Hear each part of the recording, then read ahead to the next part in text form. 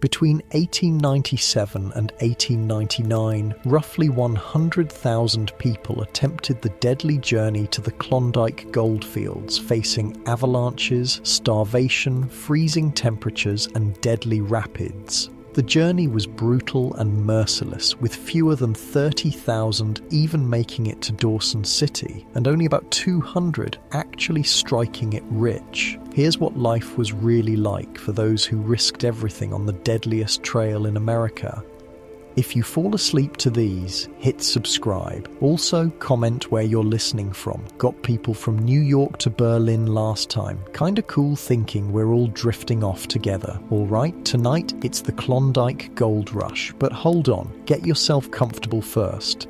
Like, actually cozy. Pillows good? Blanket situation handled? Perfect. Trust me on this one. The newspaper hits the floorboards with a slap that makes you jerk awake. Your landlord's voice booms through the thin door. Read rent's due tomorrow, don't make me come looking for you. You roll to your side on the lumpy mattress, springs digging into your ribs like accusing fingers. Seattle, 1897. Not exactly your golden era. The room smells like yesterday's fish and harbour fog, with a hint of desperation that seems to cling to everything these days. Your name is Thomas Reed, 32 years old, carpenter by trade, except there hasn't been much trade lately, not since the banks started collapsing in '93. 4 years of economic depression has a way of teaching you exactly how many meals you can skip before your hands shake too much to hold a saw. You drag yourself up and grab the newspaper, ready to scan the jobs section for the 5th time this week. But the headline stops you cold. Gold, ton of gold, arrives from Klondike. I mean, literally a ton. The steamship Portland just docked in Seattle yesterday with over a ton of gold. Today's equivalent of about $30 million, all from some creek nobody had ever heard of in Canada's Yukon territory. You probably think I'm exaggerating. I'm not. This actually happened on July 15th, 1897. Real day, real gold, real ship. The article describes men stumbling down the gangplank, staggering under the weight of their fortunes. One guy had $5,000 in a coffee can, another carried $100,000 in a freaking sack. Several became millionaires literally overnight, from dust and nuggets they pulled out of a creek. Your fingers leave sweat marks on the newspaper as you read how it only took these guys a year in the Yukon to make more than you could earn in 10 lifetimes of carpentry. Sounds like horse shit to me, says Frank Porter, appearing at your doorway. He's a fellow tenant, burly iron worker who hasn't worked iron in months. It's real, you tell him, passing the paper. Look at the photographs. Frank whistles low. Jesus, that one fella's barely holding up his sack of gold. Says here they couldn't find enough men to carry it all off the ship. Makes you think, doesn't it? You say. Frank's eyes meet yours, and you both know what the other is thinking. In 1897, there's a popular song called Everybody's Working But Papa. That's America right now. Unemployment as high as 43% in some places. Men sleeping in alleys, bread lines stretching for blocks. And then suddenly, gold. Not like the California strike that was already played out. This was fresh, new, untapped. Frank hands the paper back. I heard they're calling it a stampede, thousands already booking passage north. The street outside is already different. You can feel it just looking out the window, men rushing past with a new energy, the scent of possibility cutting through Seattle's usual damp resignation. My cousin says tickets to Alaska are already selling out, Frank adds. Ships that haven't been in water for years suddenly getting patched up and pressed into service. You thinking about it, you ask. Frank snorts. With what money? Takes a small fortune just to get outfitted proper. He's right about that. The The newspaper says the Canadian Mounties won't let anyone cross without a literal ton of supplies, a year's worth of food, proper gear for Arctic conditions, tools, the works. But here's the thing about desperation. It makes math very creative. 3 hours later, you're standing in your sister Margaret's kitchen explaining your brilliant plan while she looks at you like you've suggested swimming to China. "You want to go where?" she asks, pausing with a dish rag in her hand. "The Yukon," you repeat. "The Klondike, where they found the gold." Her husband, Robert, looks up from his coffee. "With what money, Thomas?" This is where it gets awkward. "Well, I was thinking perhaps you might—" "No," Margaret cuts you off. "Absolutely not. We have 3 children to feed. And I'll pay you back 10 times over," you insist. "Look at the paper. These men are coming back with fortunes." "These men," Robert says carefully, "are experienced miners and outdoorsmen. You're a carpenter who gets winded climbing the stairs." "Ouch, but not wrong. I'm strong enough," you insist, "and I can build anything that's got to be useful up there." Margaret slams the dish down. "Do you have any idea what it's like up there? It's not just walking into the wilderness and picking up gold. People die, Thomas." "People are dying here too," you say quietly, slowly, of nothing. The kitchen falls silent except for the ticking clock. You've thought this through. You need about $600 for passage and supplies. Everything you own is worth maybe $40, but you're healthy, you're capable, and you're watching life slip away one missed meal at a time. "I read that it takes 2 weeks just to get there by boat," Margaret tries again. "And then what? Mountains? Ice? Wild animals?" "Better than tame predators," you attempt to joke. Nobody laughs. "For 1 year, you say finally. "Give me a loan for 1 year. If I haven't struck gold by then, I'll come back and work it off." Robert and Margaret exchange looks, that silent communication of married couples. "It's madness," Margaret whispers. "It's a chance," you counter. I'm skipping ahead a bit. Let me just tell you, they eventually gave in, not happily, but they did, and they weren't the only ones. All across America, families were having this exact same conversation. Brothers lending life savings to brothers, parents mortgaging farms, wives selling wedding silver. Gold fever isn't just a saying, it's a legitimate form of temporary insanity. The next week is a blur. Seattle has transformed into a gold rush supply depot overnight. The streets are jammed with men buying supplies, outfitters price gouging anything that might be needed in the north, and con men selling maps to secret gold spots. You're at Schwabacher's Hardware trying to decide between 2 different kinds of shovels when a grizzled man in a fur hat laughs at you. "Both those are worthless where you're going," he says. You look at him, and where exactly am I going? "Klondike, right? Written all over your face. First timer." You bristle slightly. "And you've been?" 3 times, he says, holding up fingers missing the top joints. "Frostbite," you realise with a chill. "Lost these on my 2nd trip. Name's Harris." "Thomas Reed," you reply. "So which shovel would you recommend?" He snorts. "None of these. Look, kid, I'm 32.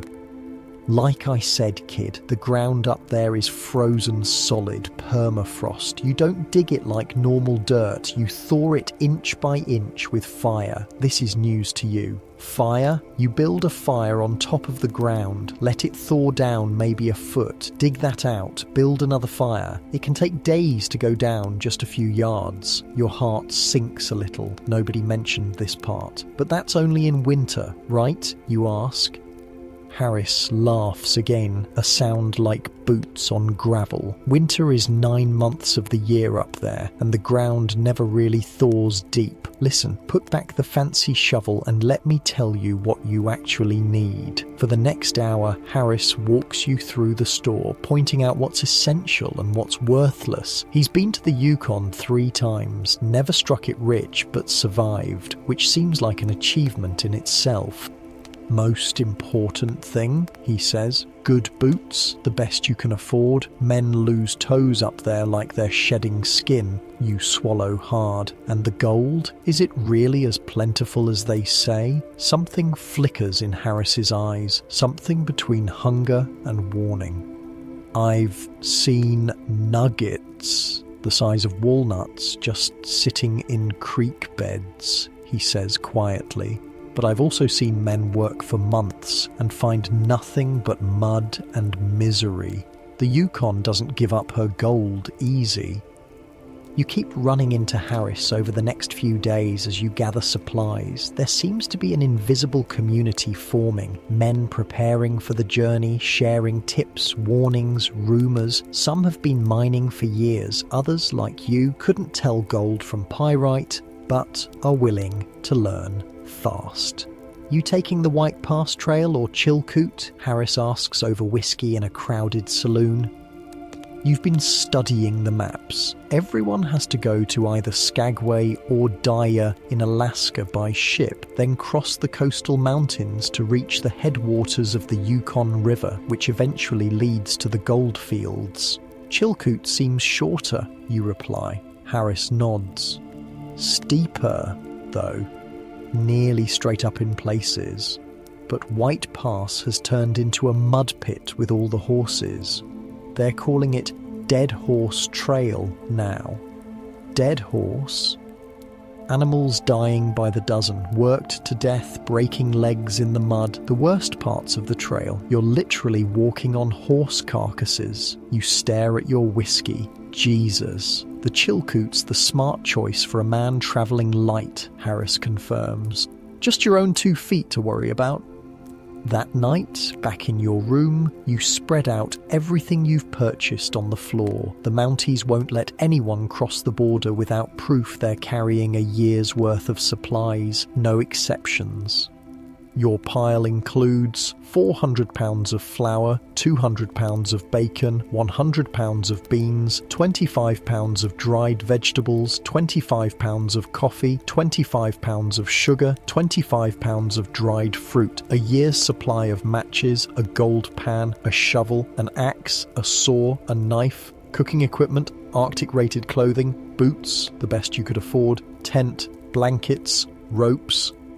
It all adds up to over 1,000 pounds of gear, and you'll be carrying every ounce of it yourself in multiple trips up a mountain trail that rises 3,500 feet in just 30 miles. You sit on your bed, suddenly overwhelmed. What the hell are you thinking? You've never even been camping before. There's a knock at the door. It's Frank. Got my ticket, he says, holding up a steamship passage to Alaska. Sold everything I own and borrowed the rest from my brother. You're going? You ask, surprised. We're going, he corrects you. SS Queen, leaving in 2 days. I got you a ticket too. Frank, I can't pay you back until we're rich, he finishes. I know, but 2 have better odds than 1, right? Besides, who else is going to make sure you don't fall off a mountain? 2 days. Just 2 days to say goodbyes, finish gathering supplies, and prepare for a journey that many won't survive. That night, you can't sleep. Your mind keeps circling through what lies ahead, the ship journey, the mountain pass, building a boat, riding rapids, finding a claim, mining in frozen ground, and somewhere at the end of it all, gold, freedom, a future, or death. Plenty of men will find only that. The night before departure, you have dinner at Margaret's house. The children are unusually quiet, watching you like you might disappear if they blink. I still think you're crazy, Margaret says, but she's made your favourite meal and packed extra socks in your gear. Probably am, you admit, but better a crazy chance than a certain slow decline. You write, she demands, every chance you get. I promise. Robert hands you a small leather pouch. It's a compass, belonged to our father. You swallow hard. I'll bring it back. Bring yourself back, Margaret says firmly. Morning comes too quickly. The docks are chaotic. Hundreds of gold seekers crowding gangplanks, mountains of supplies being loaded, families saying tearful goodbyes. The air smells of sea salt, coal smoke, and possibility. The SS Queen looks worryingly small for the journey ahead. A coastal steamer pressed into service for the Alaska route. Word is that any vessel that can float is now carrying stampeders north.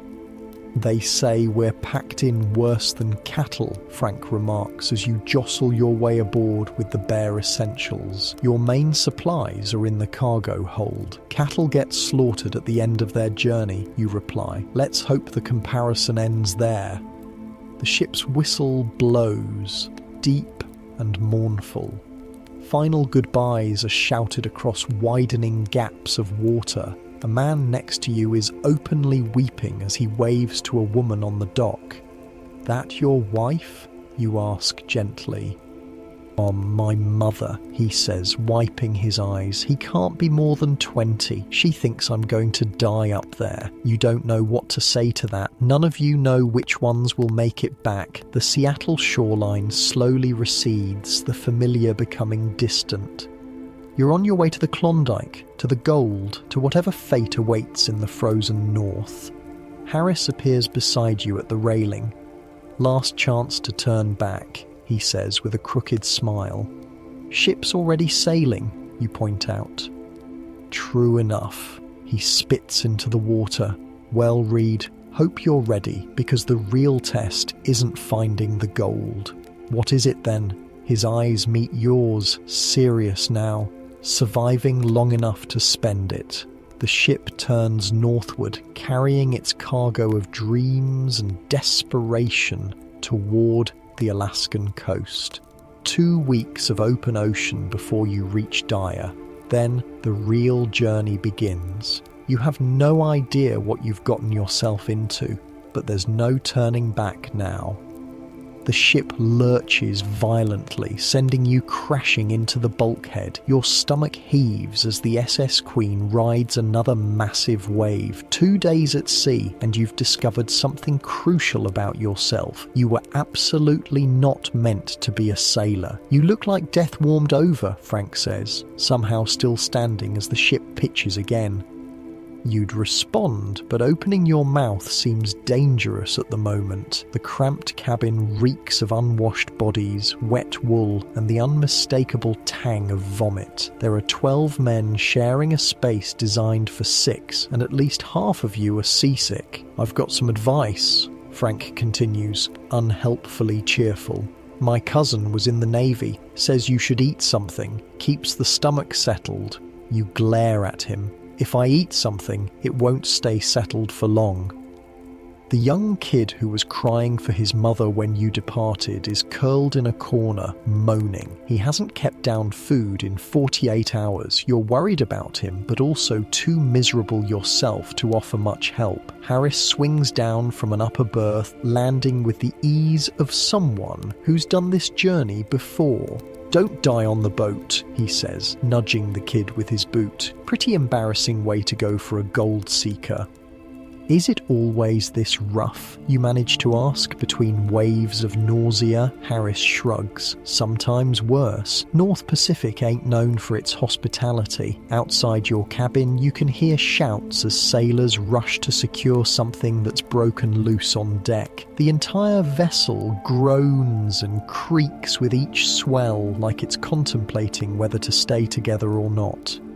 A man in the bunk above you leans down, face green. My brother did this last month. Said it took them 17 days to reach Dyer because of storms. 17 days? The thought makes your stomach turn again. If we sink, Frank jokes, at least we won't have to climb that mountain. Nobody laughs. Harris pulls out a flask and takes a swig. You know what's the real joke? This ain't even the hard part yet. 3 more days pass, each bringing new miseries. The storm finally breaks, but that just means you can now stagger around the deck instead of being confined below. The food is barely edible, salt pork and hardtack that seems designed to test the strength of your teeth.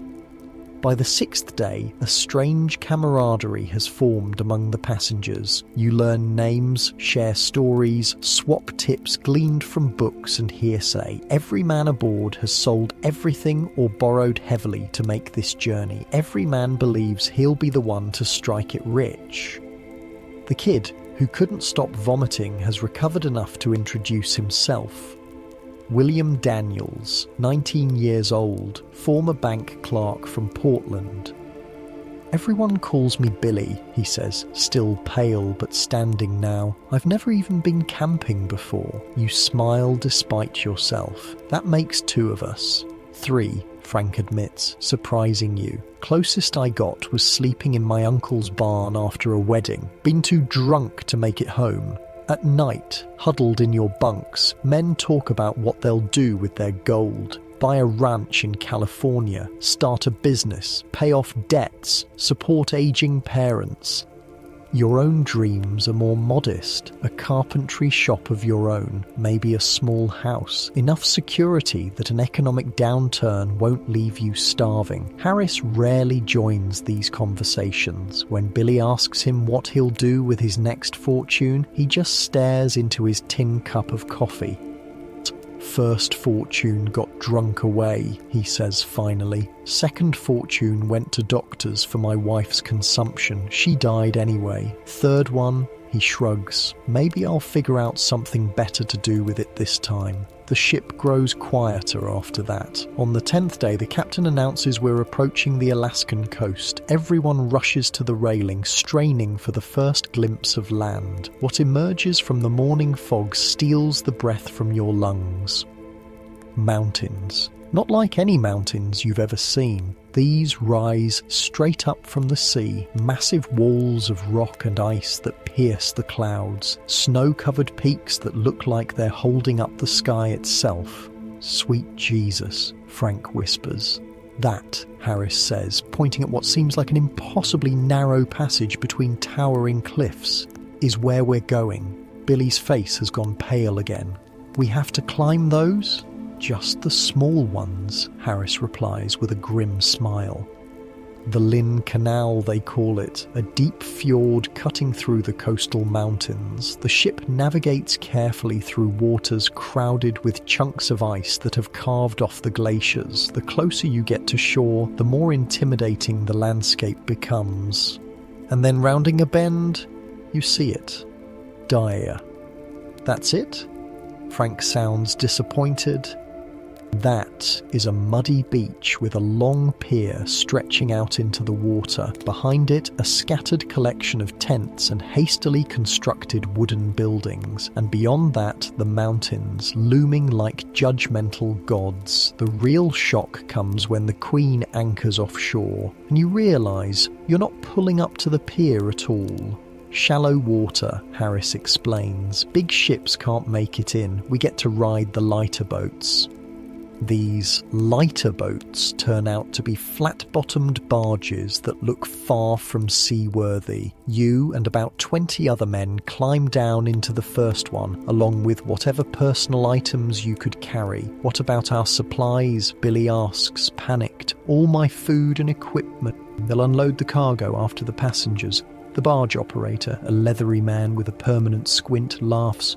For a price, of course. Nothing's free in Dire.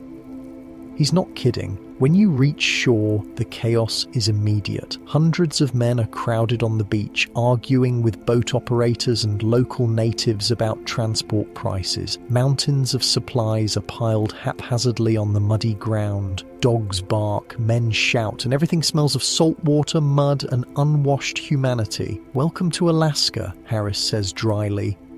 It takes 3 hours of arguing, negotiating, and finally paying exorbitant rates to get your supplies onto the beach. By then, the sun is setting, casting long shadows across the narrow valley that leads toward the infamous Chilkoot Pass. You stake out a small patch of relatively dry ground and set up the tent you'd purchased in Seattle, an activity that turns out to be far more complicated than the store clerk had suggested. "You've got it inside out," Frank points out after watching you struggle for 10 minutes. "I know that," you lie, flipping the canvas in frustration. Harris, who set up his own shelter with practiced efficiency, walks over with a steaming tin cup. "Coffee?" he offers. "Got a fire going." You accept gratefully. The evening air has a bite to it, colder than any Seattle night even though it's still summer. The coffee burns your tongue but sends warmth spreading through your chest. "What happens now?" you ask Harris. He gestures toward the valley. "Tomorrow we start hauling our gear toward the pass. First stop's a place called Finnegan's Point, about 6 miles in. Then it's Canyon City, then Sheep Camp. That's the last stop before the summit. And we carry everything ourselves." Billy has joined you by the fire, clutching his own cup of coffee like it might try to escape. Harris nods. "Unless you've got money for packers, natives will carry for about 20 cents a pound. Some white men doing it too now. You do the math quickly. 1,000 pounds of supplies at 20 cents a pound. That's $200, money you definitely don't have." "What's it like?" Frank asks. "The trail?" Harris stares into the fire. "First part's not so bad. Gets worse as you go. The summit." He shakes his head. "The summit's something else. We've heard it's steep," you prompt. "Steep?" Harris laughs, but there's no humour in it. "It's damn near vertical in places. They've cut steps into the snow and ice. Imagine climbing a ladder made of ice, carrying 100 pounds on your back with a line of men behind you who'll trample you if you slip." Sleep comes fitfully that night. The ground is hard, the tent leaks slightly, and every few hours ships' whistles announce new arrivals. More men, more dreamers, more fools perhaps. Morning reveals a transformed Dyer. Overnight, at least 3 more ships have arrived, disgorging hundreds of stampeders and tons of supplies. The beach is now a maze of tents, crates, sacks, and men frantically organizing their outfits. "We should get moving," Harris advises over a breakfast of bacon and hardtack. "Trail gets more crowded every day." Getting moving turns out to be a relative term. First, you have to decide what to carry on your first trip. The strategy, Harris explains, is to move your supplies in stages. Carry what you can to the first camp, return for more, repeat until everything is at that camp, then start moving it all to the next one. Some men make 30 or 40 trips over the pass before they've moved their full outfit, he says. 40 trips over a mountain. The magnitude of the task ahead begins to sink in. You decide to carry about 80 pounds for your first load, mostly food staples secured in waterproof sacks. Frank manages to hoist about the same. Billy, smaller and less accustomed to physical labour, struggles with 60 pounds. "Don't overdo it," Harris warns as the young man staggers under his pack. "Better to make more trips than to injure yourself on the first day." The trail begins innocuously enough, a muddy path winding alongside the Taya River, which rushes with snowmelt from the mountains. The terrain is flat at first, the walking merely unpleasant rather than torturous. That changes rapidly. 2 miles in, the valley narrows. The trail climbs away from the river, ascending through dense forest. Roots and rocks make every step treacherous. The weight on your back seems to double with each hour. Your shoulders burn, your legs tremble. This is the easy part, Harris reminds you cheerfully when you stop to catch your breath. Men pass you going both directions, some heading toward the pass with heavy packs, others returning for their next load. Most nod in silent solidarity. A few offer encouragement. The really experienced ones don't waste breath on either. You encounter your first casualty about 4 miles in, a man sitting by the trail, boot off, foot swollen to twice its normal size. "Or stepped in a hole," he explains grimly. "Heard it snap." "Can you walk?" Frank asks. The man laughs bitterly. "Sure, all the way back to Seattle. There's nothing you can do for him. No doctors out here, no horses, no carts. If you can't walk, you can't continue." "Someone will help him back to Dyer," Harris says as you move on, but his tone suggests he's not entirely convinced. By late afternoon, your pack feels like it's filled with anvils instead of flour and beans. Your shoulders are raw. Each step requires conscious effort. Sweat soaks your clothes despite the cool air. There, Harris points ahead. Finnegan's Point. It's little more than a clearing where the valley widens slightly. Dozens of tents are already pitched. Men cook over small fires or sort through supplies. Others collapse in exhaustion. Some are already heading back down the trail for their next load. You drop your pack with a groan of relief. 6 miles, just 6 miles, and you feel half dead. "How far to the pass from here?" you ask Harris. "About 24 more miles," he says. "Gets steeper with everyone." Frank falls to the ground beside his pack. "And we have to do this, 30 more times?" "Give or take," Harris confirms. Billy arrives last, his face flushed, breathing hard. He drops his pack and immediately vomits into the bushes. "You'll get your trail legs soon enough," Harris tells him, not unkindly. Everyone does, or they go back. You set up your tent, force down some food, and try not to think about tomorrow's return trip to Dyer. Instead, you study the other stampeders. There's a strange efficiency developing among them. Men are forming informal partnerships, watching each other's supplies, sharing information about trail conditions. You see a group that's devised a clever pulley system to help get packs on their backs without assistance. "Smart," Harris observes, following your gaze. "Up here, you adapt or you fail." Despite your exhaustion, you struggle to sleep that night. Your body aches in places you didn't know could ache. The sounds of the camp, men snoring, coughing, occasionally crying out in their sleep, keep you drifting in and out of consciousness. Morning comes too soon. After a quick breakfast, you head back down the trail toward Dyer, your pack now empty. The return journey is faster but still taxing. Your muscles protest every step. In Dyer, the scene is even more chaotic than before. New ships have arrived. The beach is an obstacle course of supplies, animals, and men. You locate your cached supplies, select your next load, and prepare for the return trip to Finnegan's Point. As you're adjusting your pack, a commotion breaks out nearby. A team of horses has bolted while being unloaded from a barge. They charge through the crowded beach, dragging a half-secured cart behind them. Men dive out of the way. Supplies go flying. The horses, panicked, head straight toward a stack of crates, your crates. Frank shouts a warning, but it's too late. The horses plow into the pile, sending your carefully packed supplies tumbling. One crate splits open, spilling precious flour into the mud. "No," Billy rushes forward, trying to salvage what he can. The horse's owner, a red-faced man in a filthy coat, finally manages to get control of his team. He offers no apology, just a shrug before leading the animals away. "Son of a bitch," Frank seethes. "Welcome to the gold rush," Harris says, helping Billy scoop mud-soaked flour back into a sack. "Rule 1, always secure your cash." You've lost maybe 20 pounds of flour. Not devastating, but every pound counts when you're required to have a year's supply. "We can replace it in sheep camp," Harris suggests. "Price is a highway robbery, but there are outfitters all along the trail now."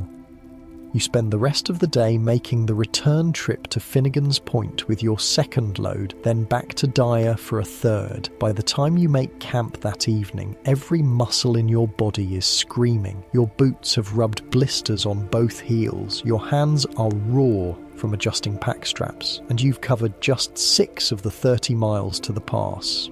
"It gets easier," Harris says, passing around a flask of whiskey as you all sit by the fire. "Body adjusts." "Does it?" Frank doesn't sound convinced. "No," Harris admits after a moment, "but you get better at ignoring the pain." Over the next week, you settle into a grueling routine. Up at dawn, load up, hike to the next cache point, return for more, repeat until collapse. Each day, you push a little further along the trail. From Finnegan's Point to Canyon City, another 6 miles of increasingly difficult terrain. The trail narrows, crosses the river on precarious log bridges, climbs steeply in places. Your outfit, the term everyone uses for their supplies, moves slowly up the trail in stages. Canyon City is little more than a collection of tents and a few hastily constructed buildings perched on a rocky shelf above the river, but it now has saloons, restaurants and outfitters charging 5 times Seattle prices for replacement supplies. Price of doing business? Harris shrugs when you express outrage at being asked $2 for a pound of coffee that costs 30 cents in Seattle. You notice changes in yourself as the days pass. Your hands, once smooth from carpentry work, are now calloused and cracked. Your shoulders no longer scream with each load. They merely grumble. You've lost weight, but your legs feel stronger. You're learning to pack efficiently, to balance loads, to pace yourself on the steeper sections. Frank has developed a hacking cough that worries you, though he insists it's nothing. Billy's transformation is the most dramatic. The bank clerk's soft hands are bleeding constantly, but he never complains. His face has thinned, making his eyes seem larger. He's quieter now, the initial panic replaced by grim determination. "How much further to the summit?" Billy asks as you all eat dinner outside your tents in Canyon City. "From here, it's about 5 miles to sheep camp," Harris answers. "That's the last stop before the scales." "The scales?" you ask. "The steepest part. They call it the scales because that's where they weigh your load before the final climb." Harris takes a bite of beans.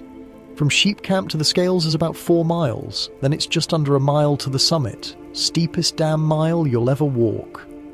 10 more miles. It doesn't sound that far, but you've learned that distances mean something different here. The trail from Canyon City to Sheep Camp proves Harris right. It's by far the most difficult stretch yet, following the river through a narrow canyon where the path sometimes clings to sheer rock walls. In places, crude wooden walkways have been constructed over particularly treacherous sections.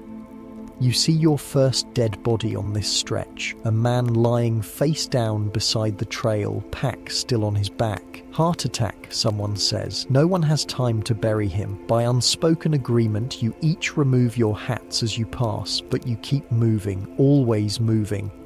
It takes 4 days to get all your supplies to Sheep Camp. The settlement is the largest you've seen since Dyer. Hundreds of tents spread across a widening of the valley, with actual wooden buildings housing businesses that seem more permanent. The reason becomes clear when Harris explains that many stampeders stage here for days or weeks, waiting for good weather before attempting the summit.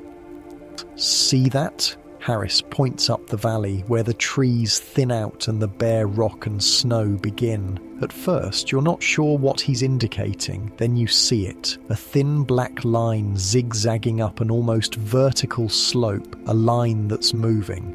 "That's the trail?" Frank asks incredulously.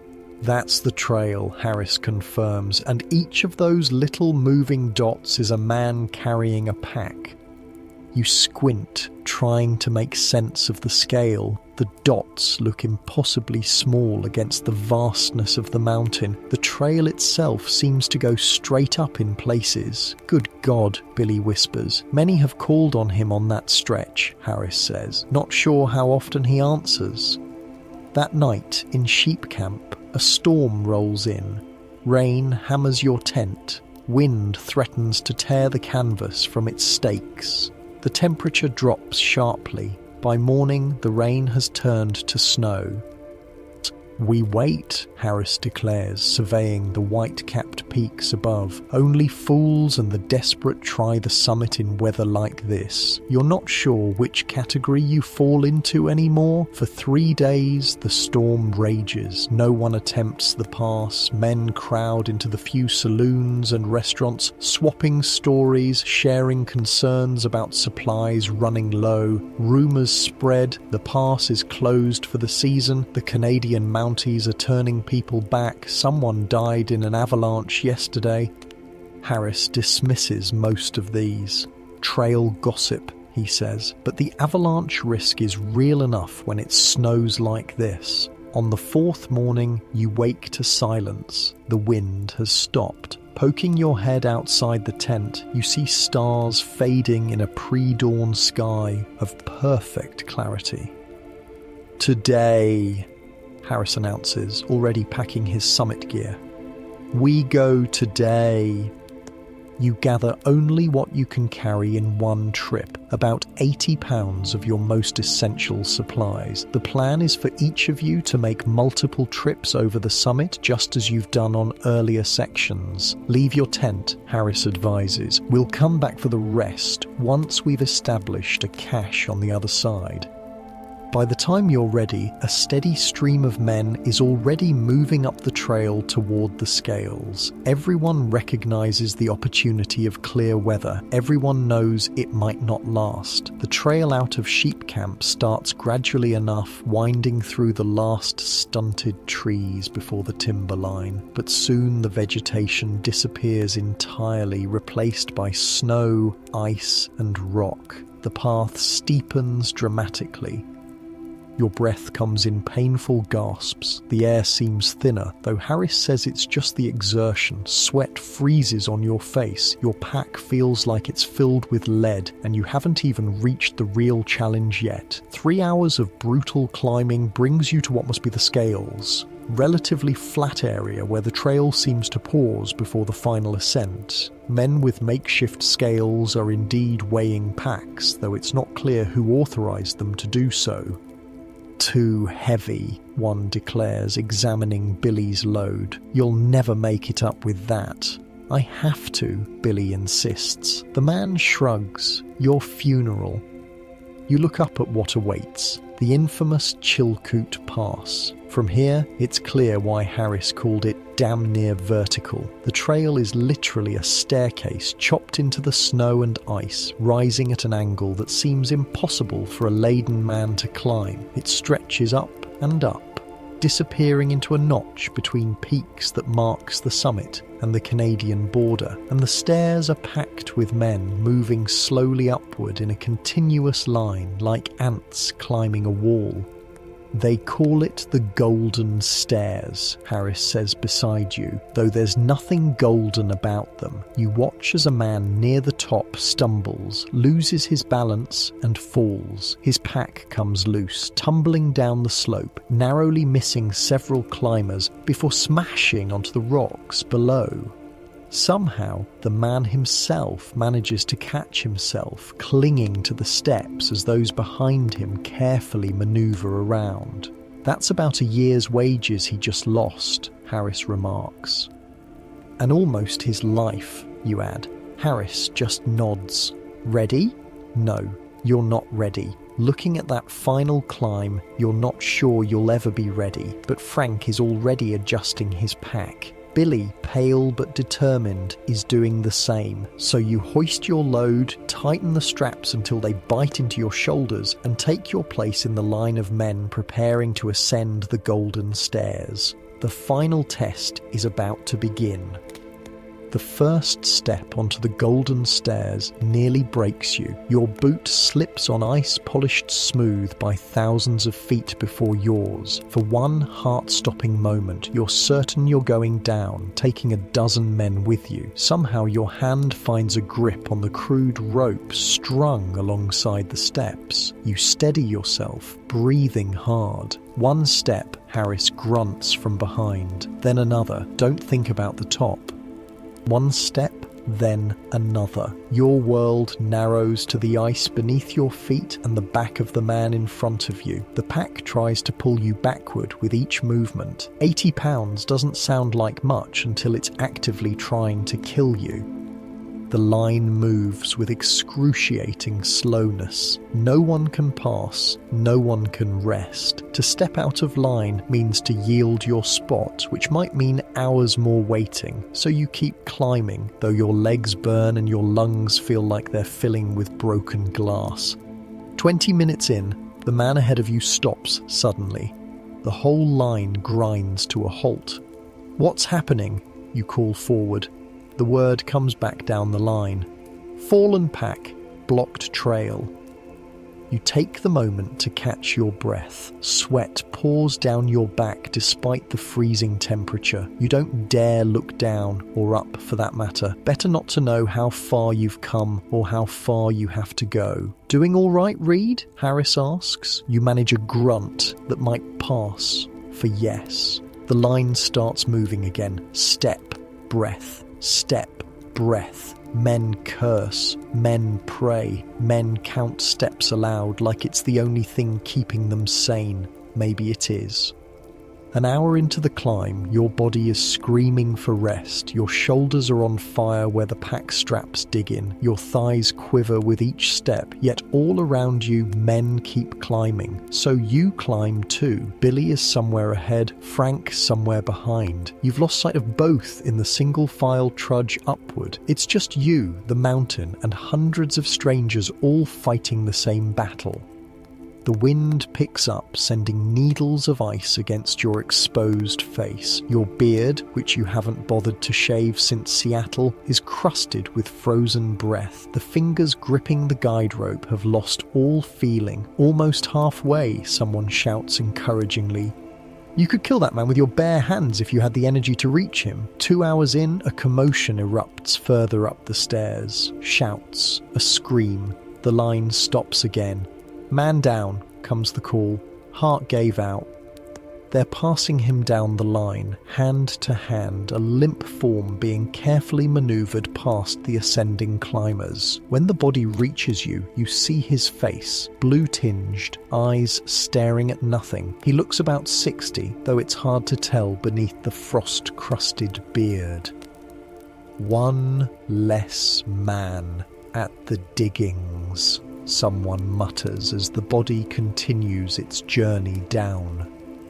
You want to be horrified at the callousness, but a small, terrible part of you understands. Up here, death is just another obstacle to navigate around. 3 hours. Your world has become pain. Your legs move mechanically, without conscious input from your brain. The only thought you can hold on to is Harris's advice. One step, then another. "Look up, Reed," Harris wheezes behind you. "Take a gander." Against your better judgment, you raise your eyes from the endless stairs. And there it is, the summit. Much closer now, a notch between peaks where men are silhouetted against the sky, moving over the top and disappearing from view. The sight gives you a surge of energy. "We're going to make it," you say, half to yourself. "Course we are," Harris replies. "Told you the stairs was the hard part. After this, easy street." You don't believe him for a second. 4 hours after beginning the ascent, your hand reaches up and finds nothing. No more stairs. You've reached the top of the Chilkoot Pass. With a final tremendous effort, you haul yourself and your pack over the edge. The summit is flatter than you expected, a small plateau between peaks. Men collapse here, gasping for breath before gathering themselves for the journey onward. You join them, falling to your knees, then rolling onto your back. The sky above is a perfect blue. You've never seen anything so beautiful. Made it, Frank wheezes, appearing beside you and dropping his pack. Jesus, Mary, and Joseph, where's Billy? You ask, suddenly concerned. Frank points back toward the stairs. Coming, slower, going for him. 10 minutes later, Billy crests the summit. His face is grey with exhaustion, but his eyes are bright with triumph. He staggers a few steps, then collapses next to you. I thought, he gasps, I thought I was going to die on those stairs. Day's still young, Harris says cheerfully, appearing behind him. Plenty of time for dying yet. You laugh, the sound strange in your own ears. You've made it over the Chilkoot Pass. The worst is behind you. Or so you think, until Harris points to a line of men at the far edge of the summit plateau. Canadian Customs, he explains. Mounties checking everyone's outfit. They're doing that up here? Frank asks incredulously. Harris nods. Summit's the border. They want to make sure nobody gets through without their year's supplies, like I told you in Seattle. They're serious about it. The red-coated Mounties have set up a checkpoint where the trail continues down the Canadian side. Each stampeder must present his outfit for inspection. Those who don't have the required supplies are turned back, forced to return down those golden stairs to gather more. But we're only carrying part of our outfits, you protest. The rest is still at sheep camp. They know that, Harris reassures you. Just tell them you've got multiple loads coming. They'll issue you a numbered tag. You show that each time you cross with more supplies. The four of you join the inspection line. After half an hour of waiting, you reach a stern-faced Mountie with a clipboard. He looks you over with practiced efficiency. Name? He asks. Thomas Reed. How many in your party? 4. Total weight of your outfit? About £1,000 each, sir. How many trips do you anticipate making over the pass? You look at Harris, who holds up his fingers. Probably a dozen or so, you answer. The Mountie nods and hands each of you a small metal tag with a number stamped into it. Present this each time you cross. Once your complete outfit has been verified, you'll receive a certificate allowing you to proceed to the Yukon territory. Yes, sir, you reply, surprised by the bureaucratic efficiency in such a remote location. Welcome to Canada, the Mountie adds, almost as an afterthought. And good luck. Beyond the checkpoint, the trail descends sharply again, though nothing like the brutal stairs on the American side. The path winds down through snowfields toward a tree line in the distance. Crater Lake is about 3 miles down, Harris informs you. That's our next staging area. After that, it's on to Lake Lindeman, then Lake Bennett. How far to Bennett? Billy asks. From here, about 30 miles. 30 more miles of hauling supplies. The thought is almost enough to make you turn around. Don't look so glum, Harris says, noticing your expression. The worst is behind us now, and Bennett's where we build the boats. Boats? This is news to you. Harris nods. Only way to get to Dawson once you've got all your gear over the pass. Build a boat at Bennett, then float down the Yukon River, about 500 miles. 500 miles by boat, through unknown waters, in a vessel you have to build yourself. The magnitude of this journey keeps expanding before you. One step at a time, Frank reminds you, seeing your face. Let's just get to Crater Lake first. The descent is easier than the climb, but still treacherous with heavy packs. The snow gives way to rocky terrain, then sparse trees as you lose elevation. By late afternoon, you reach Crater Lake, a small, ice-rimmed body of water surrounded by a growing tent city. Like every stop before, you establish a cache for your supplies, set up a temporary camp, then prepare for return trips to bring the rest of your outfit over the pass. Harris suggests resting for the remainder of the day before heading back to sheep camp tomorrow. You don't argue. Every muscle in your body feels wrung out. You manage to help set up the tent and heat some beans before collapsing into an exhausted sleep. Morning brings fresh pain as your abused body protests even the simplest movements, but there's no choice but to continue. You leave most of your gear at Crater Lake and begin the trek back to sheep camp for your next load. Heading down the golden stairs proves almost as challenging as going up, just in different ways. The strain shifts from thighs to knees. The constant braking motion sends shooting pains through your shins. Men pass you going both ways, up with fresh loads, down for more.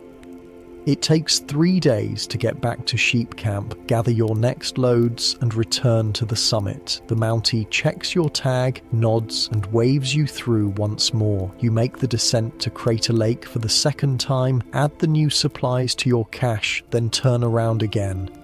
This becomes your life. Up and down, up and down, load after load. The days blur together in a haze of exhaustion and pain. Your world narrows to the trail, the weight on your back, and the next step forward.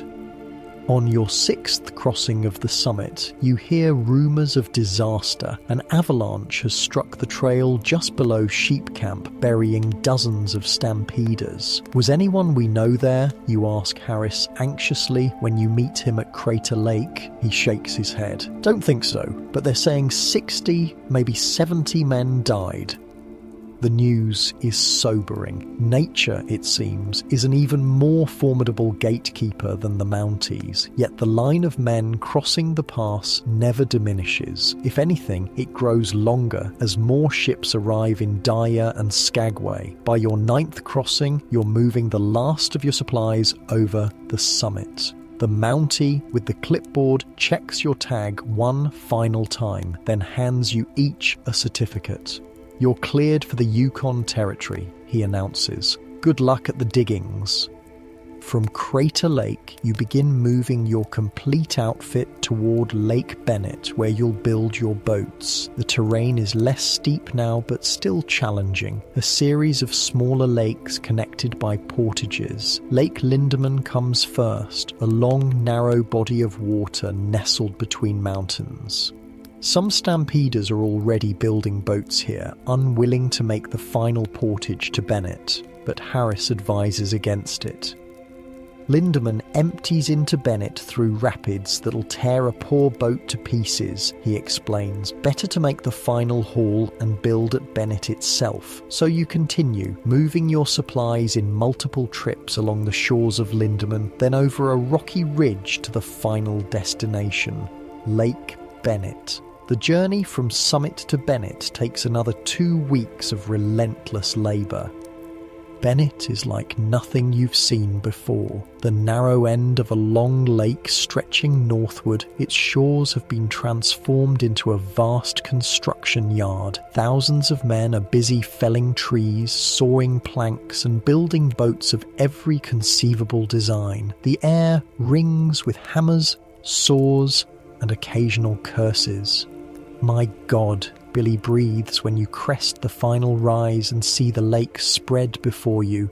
It's like a city of boats, Frank agrees.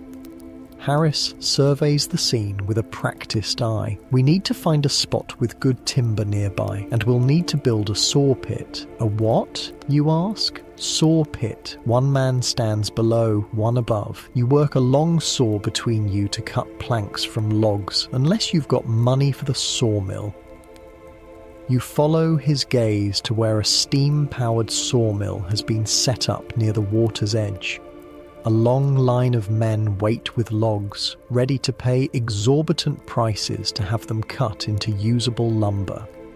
We'll do it ourselves, you decide. Money is running too short for luxuries. You find a spot about 100 yards from the shore, close to a stand of spruce trees suitable for boat building. By nightfall, you've established your final camp and secured your supplies. That evening, sitting by the fire, you try to process how far you've come. From Seattle to Dyer, up the Chilkoot Pass, across the lakes to Bennett, and all while carrying 1,000 pounds of supplies on your back, piece by piece. So we build boats next, you say to Harris. How long will that take? He considers. Depends how good we are. 2 weeks, maybe 3. Need to fell trees, cut planks, shape them, seal everything tight. It's not simple work. I'm a carpenter, you remind him. I know wood. Buildings don't float, he replies, but there's respect in his tone. Still, that'll help.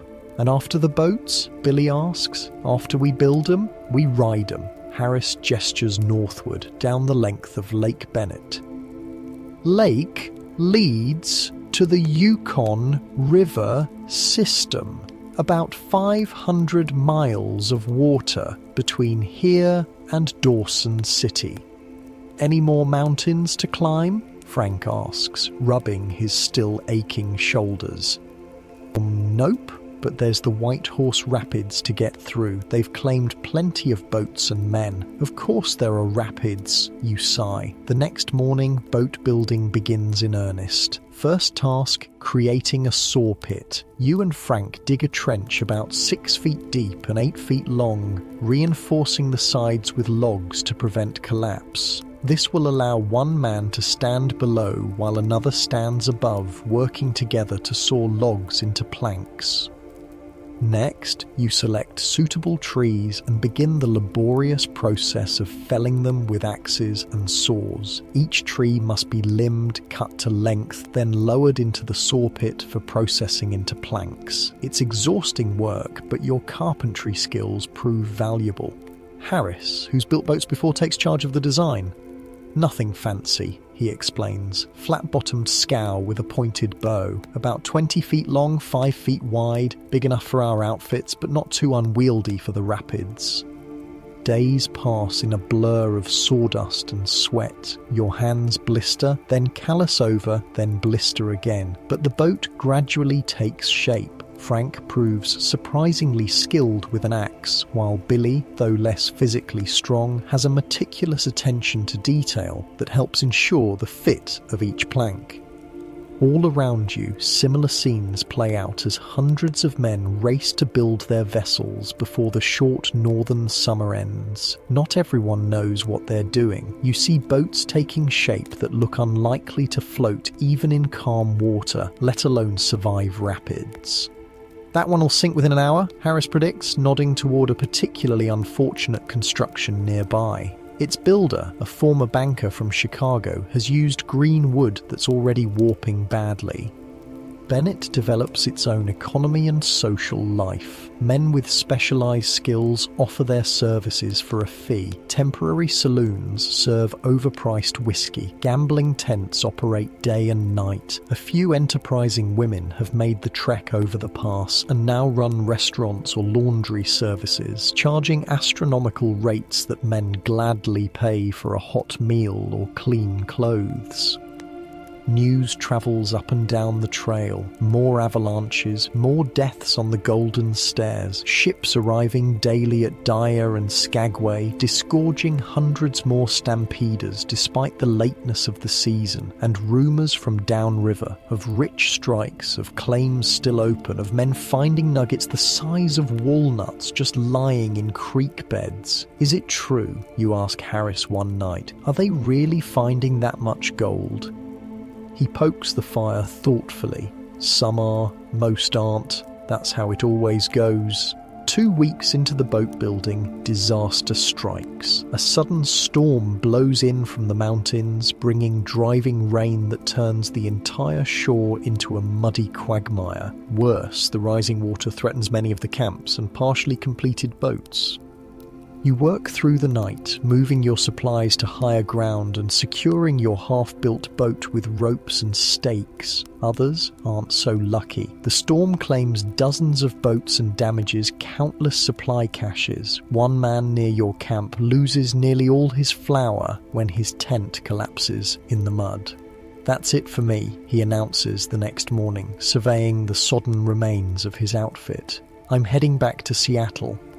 After nearly 2 months of backbreaking labour to get this far, he's giving up. But you can't really blame him. Without adequate supplies, the Mounties won't let him continue to the gold fields. And even if they would, it would be a death sentence to attempt the winter without proper food and equipment.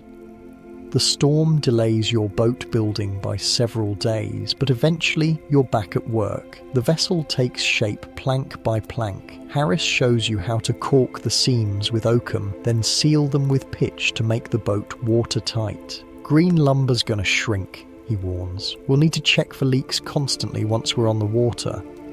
By the 3rd week, your boat is nearly complete. It's not beautiful, but it's solid and spacious enough for 4 men and their supplies. You've even added a small mast and sail, though Harris says the Yukon's current will do most of the work. "Just need a name now," Frank says, surveying your creation. "Tradition says it should be a lady's name," Harris offers. "Margaret," you suggest immediately, thinking of your sister whose loan made this journey possible. The others nod in agreement. "So the Margaret it is, your home and transportation for the next stage of the journey." As you put the finishing touches on the boat, you notice a commotion near the shoreline. A crowd has gathered around a new arrival, a man on horseback wearing the uniform of the Northwest Mounted Police. "What's happening?" you ask someone on the edge of the crowd.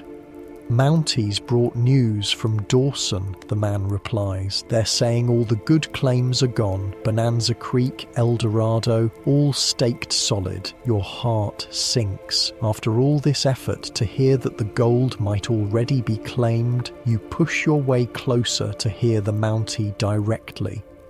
"It's true the original creeks are fully staked," he's saying to the anxious crowd, "but new discoveries are being made regularly. There's plenty of ground yet to prospect, and men are needed for work. Carpenters, in particular, can earn $15 a day in Dawson." $15 a day for carpentry work. That's more than you made in a week in Seattle. "So it's not all bad news," Frank says when you report back to your camp. "Might not find gold, but we won't starve. You agree?" The next day, you finish the Margaret. With considerable effort, the 4 of you drag her down to the water's edge and launch her into Lake Bennett. She floats, no obvious leaks. A small victory that feels enormous after weeks of labour. Now it's time to load your supplies. Everything must be carefully stowed to balance the boat and keep the cargo dry. It takes an entire day to load properly, securing items with ropes and canvas. That night, you're last on shore. You join other stampeders around a large bonfire. Men who were strangers weeks ago are now familiar faces. You've all shared the same trials, the same exhaustion, the same determination. Someone produces a fiddle, another has a harmonica. Music drifts across the lake as stars appear overhead. Men talk of what awaits in Dawson, the gold, the opportunities, the future. "We leave at first light," Harris announces as you return to your camp. 500 miles of river between us and Dawson. If all goes well, we'll be there in 2 weeks. "And if all doesn't go well?" Billy asks. Harris just shrugs. "Then we deal with that too."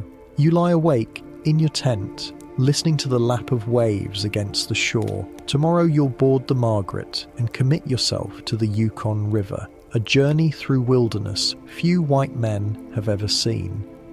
You've already overcome so much. The mountain, the cold, the back-breaking labour, but something tells you that the river might present challenges all its own. Sleep eventually comes, bringing dreams of gold nuggets the size of walnuts just waiting to be picked up from creek beds.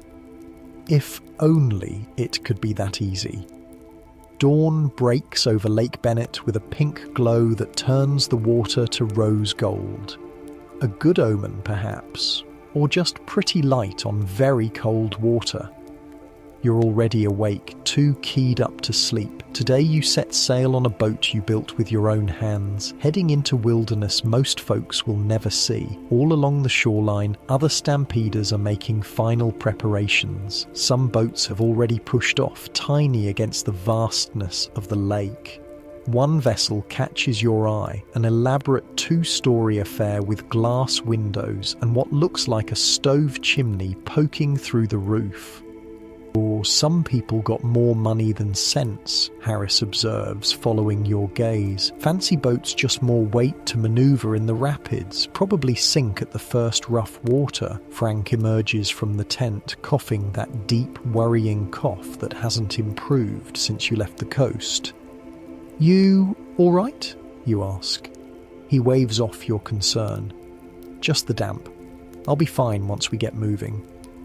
Billy is the last to rise, still rubbing sleep from his eyes as you all share a breakfast of coffee and bacon. He's changed so much from the frightened bank clerk who boarded the ship in Seattle, leaner, quieter, with a determined set to his jaw that wasn't there before. "Ready to be gold miners?" he asks with a half smile. "Ready to stop carrying stuff on my back," Frank replies.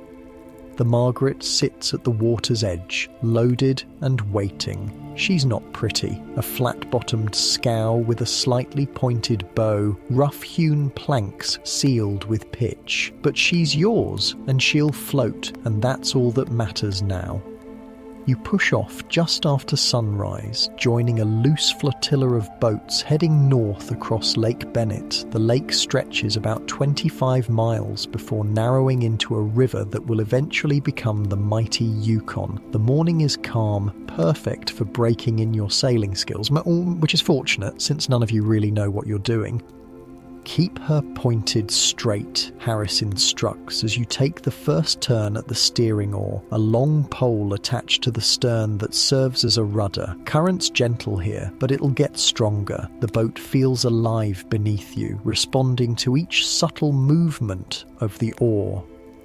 Your 1,000 pounds of supplies are carefully balanced and secured, making the Margaret ride low but stable in the water. Frank and Billy take turns at the small sail, adjusting it to catch the light breeze blowing north. Harris, who's done this journey before, keeps a careful eye on everything, offering advice and occasional corrections. "Look at that," Billy says quietly, gesturing toward the shoreline. Massive mountains rise on either side of the lake, snow-capped peaks reflecting in the still water. Spruce trees crowd the lower slopes, a deep green against the grey rock. The vastness of it makes you feel tiny, insignificant. Makes Seattle seem awful crowded, doesn't it? You reply. The first day passes peacefully, almost like a pleasure cruise. You make good progress, covering nearly 15 miles before making camp on a small island. Other boats cluster nearby, their campfires creating a string of lights along the shore as darkness falls. The second day brings your first challenge, a narrow channel connecting Bennett to the next lake in the chain. The current picks up here, pulling boats along at an alarming speed. Several vessels ahead of you run aground on sandbars or get caught in eddies, their crew shouting and pushing with poles to free themselves. "Keep to the centre," Harris calls as the Margaret enters the channel. "Watch the water patterns." You strain at the steering oar, feeling the current grab the boat and try to spin it sideways. Frank and Billy scramble to adjust the sail while Harris stands at the bow watching for obstacles. A boat just ahead of you isn't so lucky. It hits a submerged rock with a crack that echoes across the water. The vessel tilts alarmingly, taking on water as its crew frantically tries to bail. "Nothing we can do," Harris says when you instinctively move to help. "We stop to aid them. We'll end up on the rocks too." The cruel calculus of survival. You watch with a sick feeling as the stricken boat limps towards shore, half submerged, its crew desperately trying to save what supplies they can. "That could have been us," Billy says quietly. "Still could be," Harris replies. "We've got much worse water ahead." That night, camped on the shore of Tagish Lake, you hear distant thunder, but the sky is clear, stars scattered like gold dust across the darkness. "That's not thunder," Harris explains. "That's the White Horse Rapids. We're still a day away, but you can hear them." You lie awake, listening to that ominous rumble. The White Horse Rapids. Tapan Adney, a correspondent for Harper's Weekly, had written that no fewer than 40 drownings were credited to that stretch of water. Morning brings low clouds and a stiff breeze, good for sailing but concerning for what lies ahead. You make swift progress through Tagish Lake and into the narrower Marsh Lake. The banks close in, the current strengthens, that distant rumble grows steadily louder.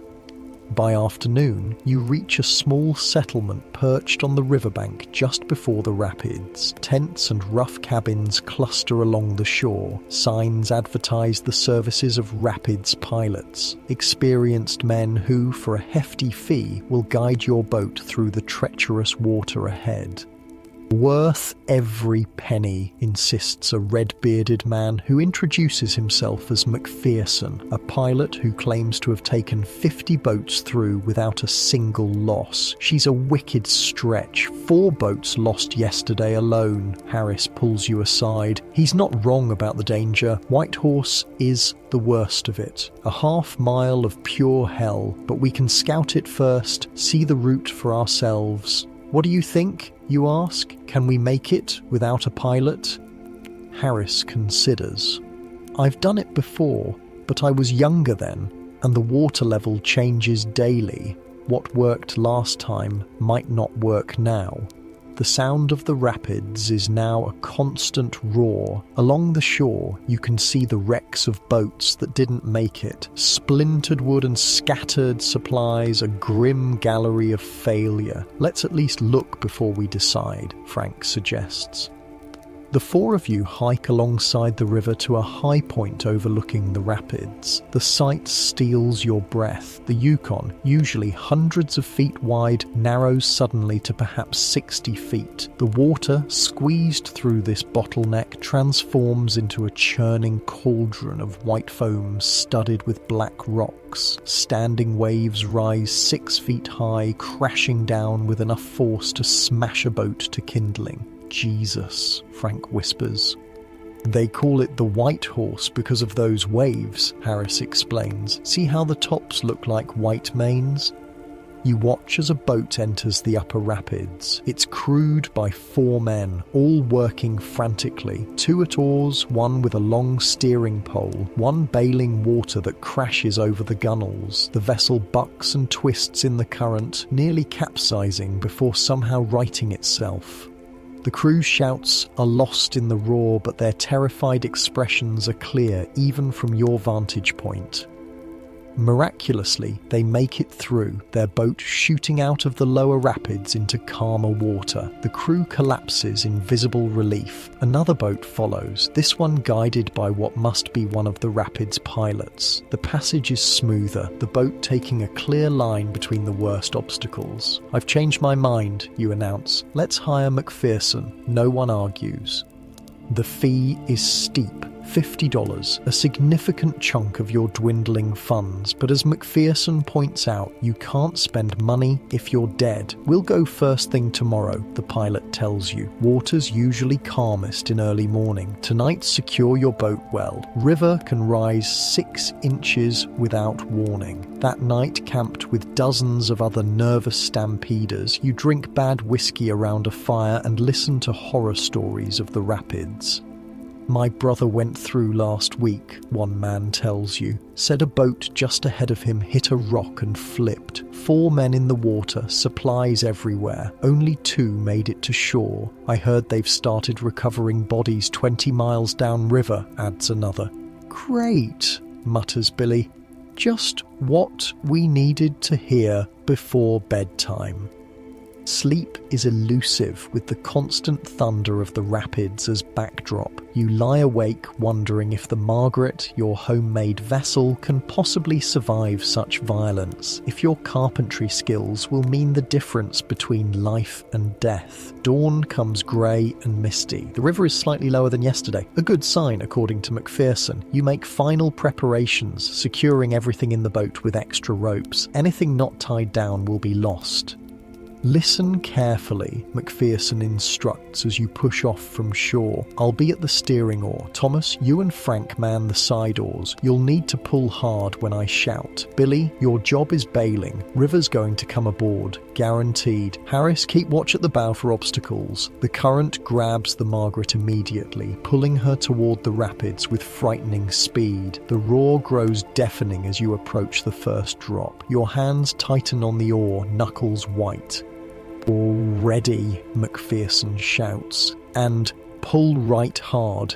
You throw your weight into the oar as the boat plunges into the maelstrom. Water crashes over the bow, soaking you instantly. The cold steals your breath. The Margaret bucks like a living thing trying to break free of your control. Left, now! McPherson bellows.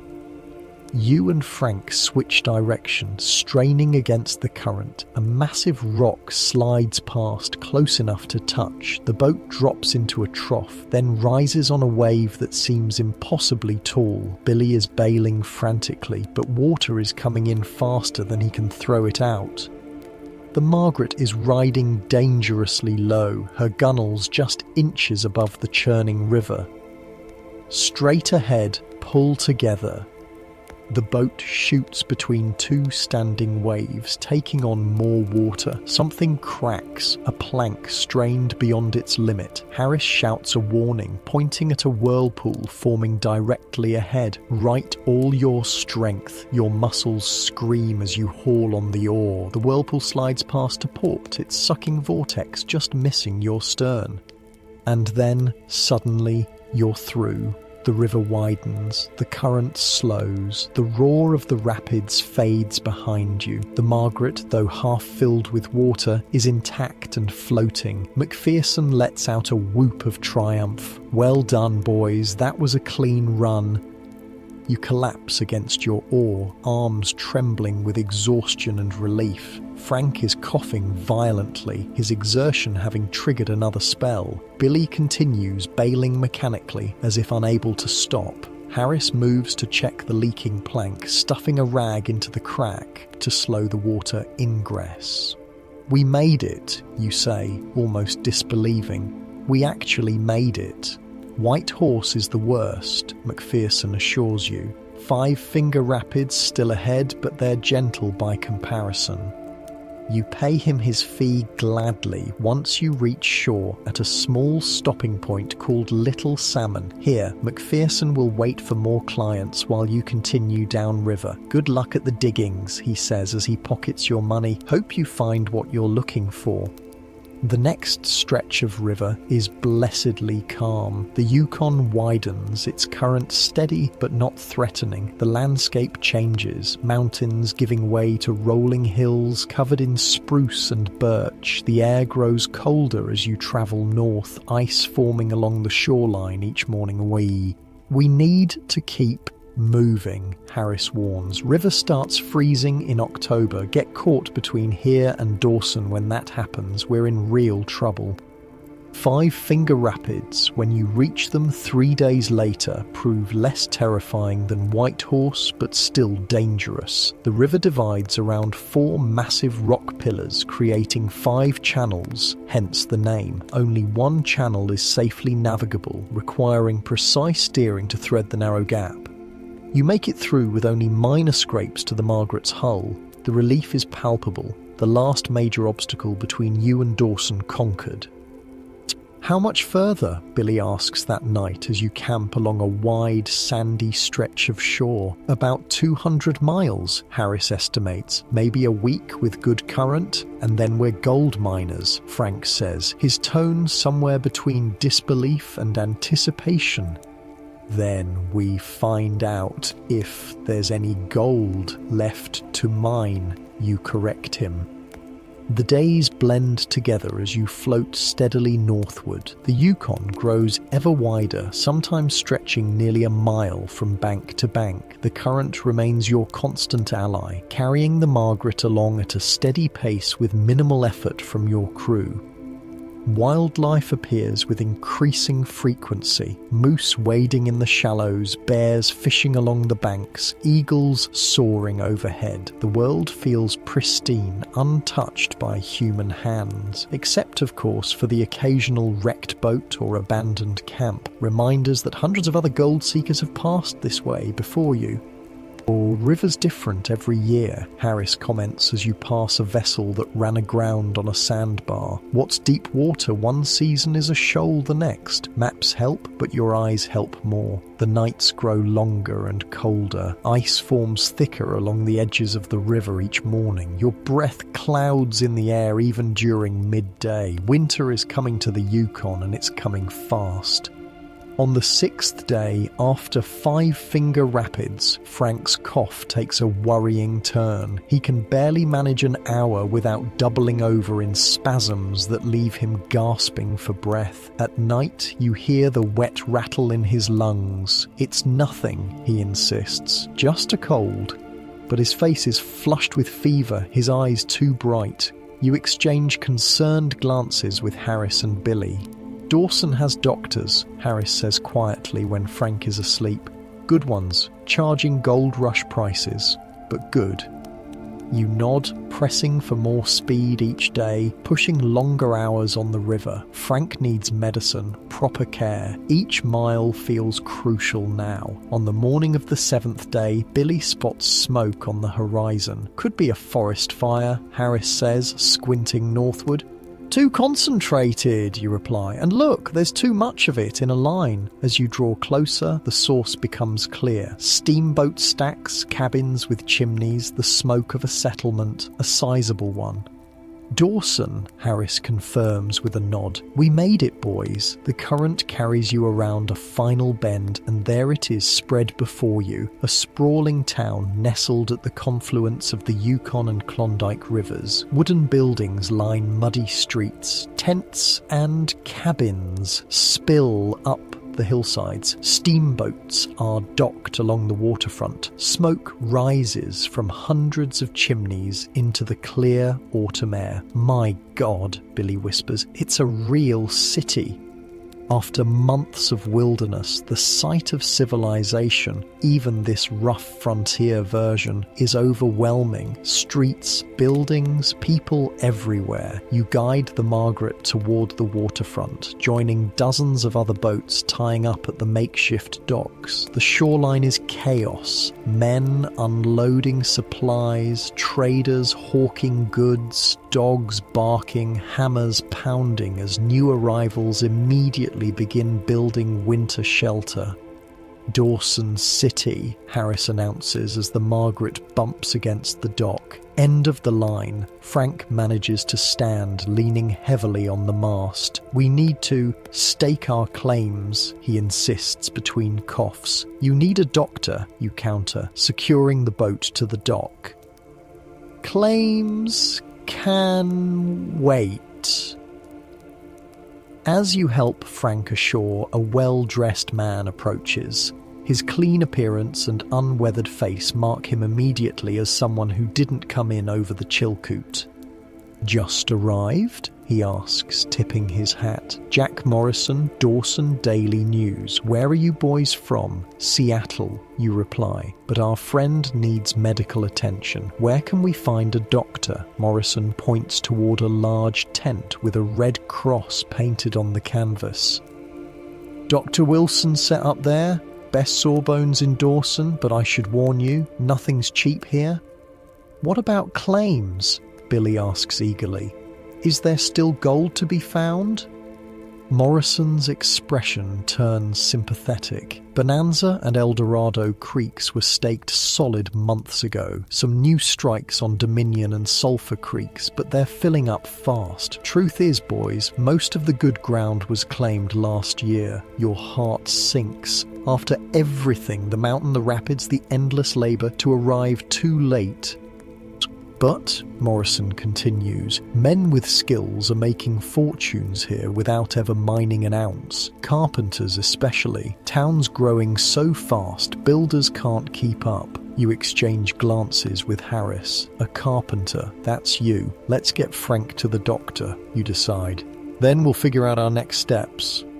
You help Frank toward the medical tent, his weight heavy against your shoulder, his breath coming in laboured gasps. Behind you, Dawson City bustles with activity, the Paris of the North, some are calling it. Your destination for so long and now finally reached. But as you step onto the muddy street, you realise something important. This isn't the end of your journey, it's just the beginning of a different one.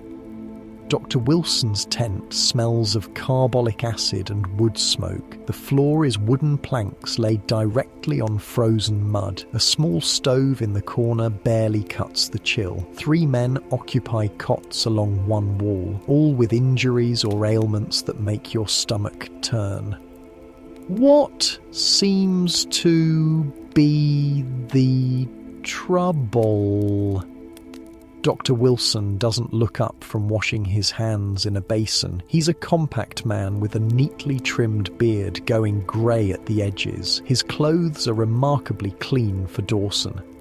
Frank answers with a coughing fit that nearly doubles him over. That gets the doctor's attention. How long has this been going on? He asks, guiding Frank to a stool. Started on the ship, you answer. Got worse on the trail. Past week, it's been bad. The doctor presses a stethoscope to Frank's chest, listening carefully as he instructs him to breathe. His expression grows more serious with each passing moment.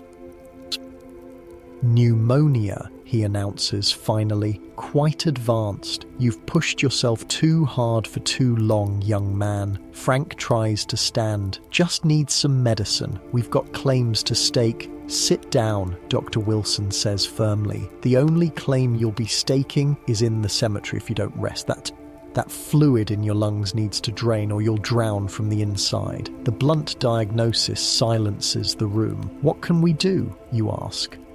He needs bed rest, warm, dry shelter, plenty of fluids. I can give him something for the cough and the fever, but the body must heal itself. The doctor begins mixing a powder in a small envelope. That'll be $5 for the consultation and medicine. $5. In Seattle, that would be outrageous for a doctor's visit. Here, it seems almost reasonable.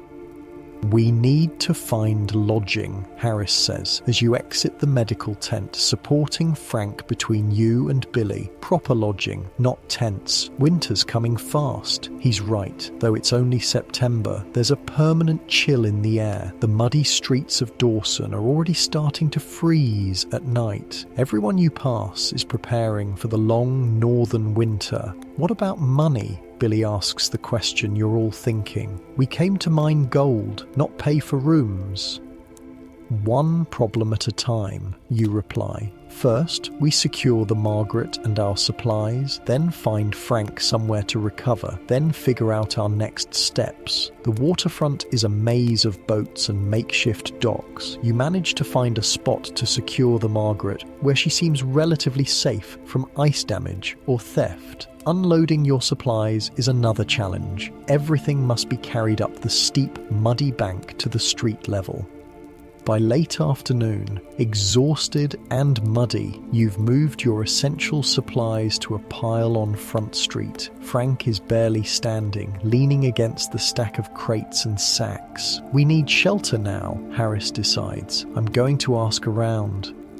While he's gone, you take stock of your surroundings. Dawson City is unlike any place you've ever seen. The streets form a rough grid, but that's where any similarity to a proper city ends. Buildings are a chaotic mix of proper wooden structures, hasty log cabins, canvas tents with wooden frames and everything in between. Signs advertise saloons, restaurants, hotels, outfitters, assay offices, and countless other businesses catering to the gold rush. People crowd the muddy streets, a striking contrast of new arrivals like yourselves, still dirty from the trail, and established residents in relatively clean clothes. Native people move among them, selling furs and handcrafted items. Dogs are everywhere, some harnessed to sleds or small carts, others just wandering.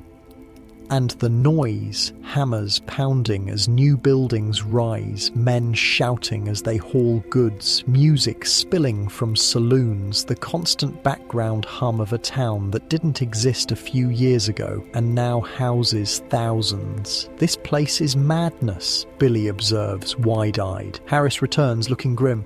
Lodging scarce and expensive, $20 a night for a room at the hotel, $10 for a bunk in a shared cabin, even tent space is going for $5. That's robbery, you protest.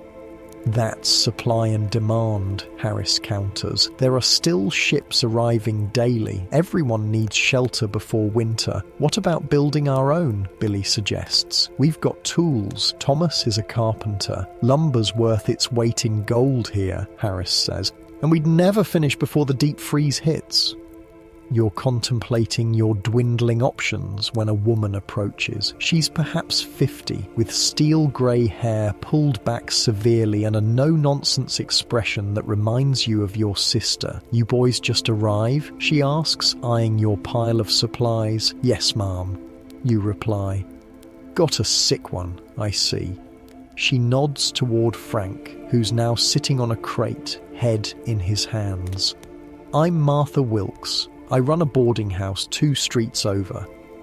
Pleased to meet you, Mrs. Wilkes. I'm Thomas Reed. This is Billy Daniels, Frank Porter, and Harris. Just Harris, Harris adds with a half smile. You boys look like you need lodging, Mrs. Wilkes continues. I've got a room, usually charge $15 a night, but...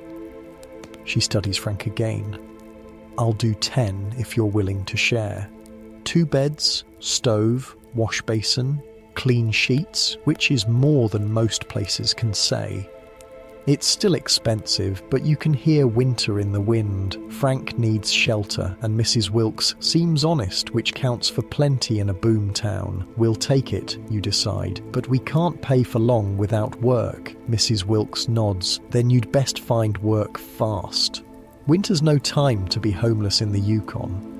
Her boarding house is a well-built 2-story structure on 2nd Street. Inside, it's surprisingly cozy. Oil lamps, patterned wallpaper, actual furniture. Your room is small but clean with 2 narrow beds, a cast-iron stove, and a window overlooking the street. Meals are extra, Mrs. Wilkes informs you. $1 for breakfast, $2 for dinner. No lunch served. Bathrooms down the hall. No spitting, fighting, or women visitors. She gives Frank a critical look. Get him into bed. I'll bring up some hot water and broth. Once she's gone, you help Frank onto one of the beds. His skin burns with fever. His breathing shallow and rapid. We need to earn money, Harris says, stating the obvious. Fast. Tomorrow, you reply. Tonight, we get settled and figure out our options. Mrs. Wilkes proves to be a better nurse than her stern demeanour suggests. She brings not just broth, but also willow bark tea for Frank's fever and extra blankets against the deepening chill. Pneumonia's no joke up here, she tells you. Lost my husband to it our first winter. Make sure he drinks plenty and stays warm. That night, as Frank sleeps fitfully and the others settle in, you stare out the window at the lights of Dawson. So many hopes, including your own, pinned on this remote outpost at the edge of the world. So much effort just to reach it. And now, the real test begins. Morning brings a clear, cold sky and a fresh determination. You leave Billy to watch over Frank while you and Harris set out to explore the town and seek opportunities. Dawson by daylight is even more fascinating. The streets teem with activity, freight being unloaded, buildings rising, businesses operating at full tilt. You pass stores selling goods at prices that make you wince. Eggs for $1 each, potatoes $10 a pound. Basic tools marked up 5 times what they'd cost in Seattle. Gold dust is the currency here, Harris explains as you watch a man pay for supplies by pouring yellow flakes from a pouch onto a scale. Paper money's accepted, but everything's priced in gold weight. The mining recording office is your first stop. A large wooden building with a line stretching out the door and down the street. Men wait patiently to register claims or check the status of available creek frontage. Might as well ask, you suggest. The clerk inside is harried but efficient. When you inquire about available claims, he barely looks up from his ledger. Bonanza and Eldorado were staked solid last year, he confirms. Dominion and Sulphur are mostly taken, some ground still open on Hunker and Gold Bottom. But it's far out, and likely not worth much. $20 to record a claim if you find one. What about work in the mines? Harris asks. Hiring any labourers? Some of the big operations are, the clerk replies. Pays about $15 a day for underground work. Hard labour, dangerous conditions. If you've got other skills, you might do better elsewhere. Outside, Harris looks thoughtful. $15 a day isn't bad money. For working underground in permafrost? No thanks. You've heard enough stories about tunnel collapses to know that's not for you. I'm a carpenter. The newspaperman said builders are in demand. Your next stop is a lumber yard near the edge of town. Stacks of rough-cut spruce and pine lumber are selling for astronomical prices, 10 times what you'd pay in Seattle. The yard's owner, a barrel-chested man named Sorensen, is supervising the unloading of fresh logs from a barge. Looking for work? He asks when you introduce yourself. I need men who know wood. I'm a carpenter by trade, you tell him. Built houses in Seattle for 10 years. Sorensen looks you up and down appraisingly. Can you handle a crew? I've led 3-man teams on house builds. Good enough. He extends a hand. $15 a day to start. Sunrise to sunset. I've got more orders for cabins and business buildings than I can handle. Winters come in and half this town's still living under canvas. Just like that, you have a job. The same wage miners make for breaking their backs underground, but working with wood, something you actually know and enjoy. What about you? Sorensen asks Harris. You know lumber? Harris shakes his head. I'm a miner, but I'll find something. You part ways, agreeing to meet back at the boarding house by evening. Harris heads toward the saloons, where labour recruiters often look for workers. You follow Sorensen to a construction site on King Street, where the frame of a large building is taking shape. Saloon and hotel, Sorensen explains. Owners paying triple for rush completion before hard freeze. Can you start now? By noon, you're leading a team of 4 men, none with formal carpentry training, but all eager to learn. By sunset, you've made significant progress on the wall framing. Sorensen pays you in gold dust, $15 worth, weighed carefully on a small scale. Be back at sunrise, he says. And if you know any other real carpenters, send them my way. You walk back to the boarding house with gold dust in your pocket and a strange mix of emotions. You came all this way to find gold in the ground, yet here you are, earning it with the same skills you had in Seattle. There's irony there, but also reassurance. You may not strike it rich, but you won't starve either. At the boarding house, you find Harris already returned, sitting with Billy at Frank's bedside.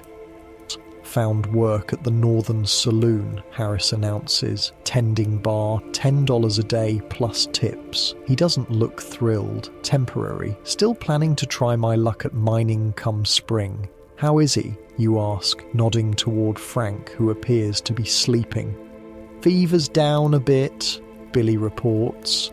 Mrs. Wilkes has been checking on him, says he needs at least 2 weeks of rest. What about you? You ask Billy. Any thoughts on work? The former bank clerk looks uncertain. I'm not much use with tools or physical labour, but I can count and keep books. Plenty of businesses need that, Harris suggests. Start asking around tomorrow. That night, you divvy up your first earnings to pay Mrs. Wilkes for room and board. Even after that, you have enough left to feel the weight of gold in your pocket.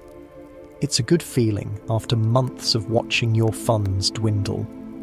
The next few days fall into a pattern. You work sunrise to sunset at Sorensen's construction sites, learning the peculiarities of building in the far north. The ground is permanently frozen, just inches below the surface. Permafrost, they call it. Buildings can't have conventional foundations or they'll sink when the top layer thaws in summer. Instead, structures are built on wooden pilings or rock footings that sit atop the permafrost.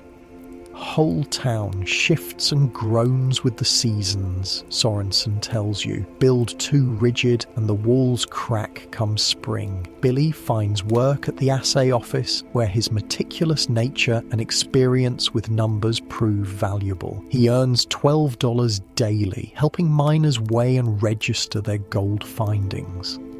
Harris continues tending bar, but spends his free time talking with miners, learning which claims are producing and which aren't. His gold fever hasn't abated despite the realities of Dawson. Frank slowly improves. After a week, he's able to sit up and take short walks around the boarding house.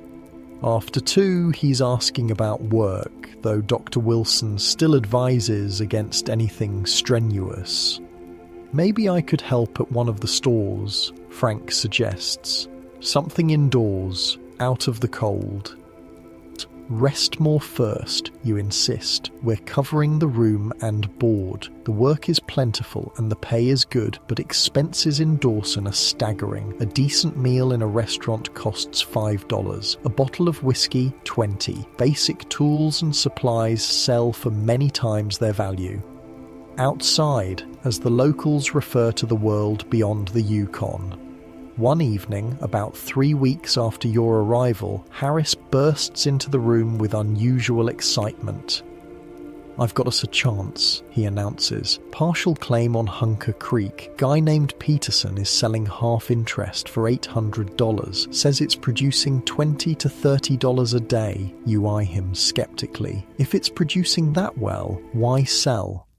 He needs capital for equipment before winter sets in, wants to sink a deep shaft, chase the pay streak underground. Harris paces the small room. I've asked around. Peterson's straight, not known for salting claims or other tricks. This could be our chance to actually mine, like we came here to do. The 4 of you discuss it late into the night. $800 is a fortune, far more than your combined savings. But if the claim is legitimate, it could pay back quickly. We could pool what we've saved, Billy suggests. Make a down payment, pay the rest from production, or stick with sure wages, you counter. No guarantees in mining. We didn't come all this way to pound nails, Harris argues. I say we at least look at the claim, see if it's worth pursuing. The next day is Sunday, your only day off. Harris arranges for Peterson to take you to Hunker Creek, about 12 miles from Dawson. Frank insists on coming despite his lingering weakness. Peterson meets you at the edge of town with a dog sled. 6 powerful huskies harnessed to a wooden sledge. The ground has frozen solid enough for good sledding, though there's only a dusting of snow. Dogs can pull all 4 of you, Peterson assures you. Climb on and hold tight. The ride is smoother than expected once you're clear of town. The dogs maintain a steady pace, following the well-travelled trail to the creek. Peterson stands at the back, using a long pole to steer and occasionally brake on downhill stretches. "Worked 40 mile before the Klondike strike," he tells you over his shoulder, referring to an older mining district. "Been up here 8 years now. Got a good eye for promising ground." Hunker Creek, when you reach it, is a narrow waterway winding through a shallow valley. Unlike your mental image of prospectors panning in rushing streams, the creek is now mostly frozen. Along its length, men work at various types of mining operations, some still washing gravel in pans or sluice boxes where they've broken through the ice, others focused on digging shafts into the banks. Peterson's claim is about halfway up the creek, a standard 500-foot section along the waterway. A small cabin sits on the bank, smoke curling from its chimney. Nearby, a shaft disappears into the ground, its entrance framed with timber. "That's the summer operation," Peterson explains, pointing to a simple sluice setup near the water. "Now we're going underground to follow the pay streak. Gold's not in the creek itself. It's in an ancient stream bed buried under 20 to 40 feet of frozen gravel." He leads you into the cabin where his partner, a quiet Norwegian named Larsen, has coffee brewing on a small stove. The cabin is crude but solid, with 2 bunks, a table and basic cooking equipment. "I'll show you what we've been finding," Peterson says, producing a small leather pouch from inside his coat. He pours its contents onto the table. Gold. Not the fine dust you've seen being used for purchases in town, but small nuggets and flakes, easily several ounces worth. "That's about a week's work," Peterson tells you. "Stream's been good to us, but to really work it right, we need a windlass. More timber for shoring, a better stove for thawing ground." The mining technique, Peterson explains, is dictated by the frozen ground. In summer, they can work the surface gravels. In winter, they sink shafts to the pay streak, then build fires to thaw the frozen gravel in small sections. The thawed material is hauled to the surface and stockpiled until spring, when it can be washed to separate the gold. "It's slow, but it works," Peterson assures you. "With proper equipment and 4 more hands, we could double or triple production." After coffee, he takes you to the shaft. It's about 30 feet deep, accessed by a notched log ladder. At the bottom, a tunnel extends horizontally, following what Peterson claims is the richest part of the pay streak. Harris is visibly excited, asking detailed questions about gold recovery and ground conditions. Frank, still weak, stays mostly silent but watches everything carefully. Billy seems overwhelmed by the technical aspects but impressed by the gold you've been shown. You've worked with enough wood to recognize that the shaft is well constructed but needs better reinforcement for safety. The operation seems legitimate, but something feels off. On the return journey to Dawson, the 4 of you sit huddled on the sled, discussing in low voices, while Peterson focuses on his dogs. "I think it's a fair deal," Harris insists. "We put in 200 each, make Peterson a down payment, work the claim through winter, pay the rest from production." "Why's he really selling?" you ask. "If that shaft is hitting good pay, no miner would give up half unless something's wrong." He explained, "Needs capital for equipment," Harris counters. "Makes perfect sense. Maybe," you concede. "But I've built enough houses to know when someone's hiding structural problems. Something about this deal feels patched together." Frank, huddled beneath an extra blanket, speaks up for the first time. "Did you notice Larsen never said a word? Not one word about how great their claim is? It's a good observation. The silent partner had indeed been notably silent about the claim's potential." "We need to ask around town," Billy suggests. "See if anyone else knows about this claim or Peterson's reputation." That evening, while Harris returns to the saloon where he works, you visit several other establishments, casually asking about Peterson and mining on Hunker Creek. What you learn is concerning. Peterson has indeed been in the Yukon for years, but has a reputation for selling shares in claims that mysteriously stop producing after the money changes hands. Nothing provable, just a pattern that's raised eyebrows.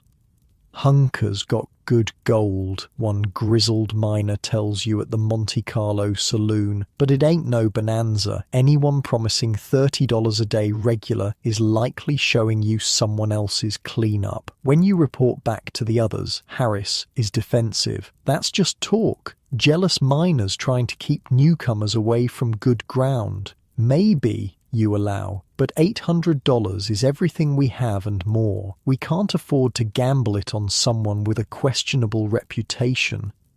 The debate continues for days. Harris remains convinced the claim is legitimate. Frank, perhaps because of his brush with mortality, urges caution. Billy wavers, tempted by the gold you were shown but nervous about the investment. You're torn. You came all this way to mine gold, not build structures for others. Yet your carpentry skills are providing a steady, reliable income in a place where little is reliable. One afternoon, about a week after your visit to Hunker Creek, you return from work to find the boarding house in an uproar. Mrs. Wilkes meets you at the door, her usual composure shaken. Your friend Harris is gone, she announces. Packed his things and left a note. The others are upstairs. You find Frank and Billy in your room, both looking grim. Billy hands you a folded piece of paper. "Boys," it reads in Harris's rough handwriting, "I've made a deal with Peterson, using my share of our outfit as down payment. I know this claim is good, not asking you to join anymore, but the offer's open if you change your minds. I've seen 3 rushes come and go. Won't miss my chance this time." Harris. You sit heavily on your bed, the note dangling from your fingers. "He left this morning," Frank says quietly. "Took his personal gear and his share of supplies. After everything, the mountain crossing, the boat building, the river journey, your little group has fractured. Harris, the experienced one, the guide who helped get you this far, has chosen gold fever over caution. What do we do now?" Billy asks. You fold the note carefully, tucking it into your pocket. Outside the window, the first real snow of the season is beginning to fall. Winter is arriving in earnest. Soon the Yukon will freeze solid, isolating Dawson until spring breakup. "We survive," you answer simply. "We work, we save, we get through winter. Come spring," you trail off, looking toward the window, where white flakes spiral down from a leaden sky. "Come spring, we'll see what the Klondike has to offer us." Winter in Dawson doesn't creep in gradually. It pounces like a predator. One day you're walking to work in merely uncomfortable cold. The next, it's 40 below zero and your breath freezes into ice crystals that cling to your beard. The Yukon River, so recently filled with boats, transforms overnight into a solid highway of ice. The ground hardens like iron. Buildings creak and groan as their timbers contract in the cold. "Welcome to the real Yukon," Sorensen tells you as you warm your hands by the stove in his office. This is just getting started. Wait till January when it hits 60 below. You've been in Dawson for 6 weeks now. October has given way to November and darkness is winning its battle against daylight. The sun appears for only a few hours each day, crawling reluctantly along the southern horizon before surrendering to night again. Harris has been gone for 3 weeks. No word, no sightings. It's as if Hunker Creek swallowed him whole. "Should we check on him?" Billy asks one evening as the 3 of you huddle in your room at Mrs. Wilkes's boarding house. The stove pumps out heat, but the window is rimmed with frost on the inside. He made his choice, Frank replies. His health has improved greatly, though the pneumonia left him thinner, his voice rougher. He's found work as a clerk at the Northern Commercial Company, the largest store in Dawson. Indoor work, as the doctor recommended. Besides, you add, hunker's a half-day journey each way. We've all got jobs now.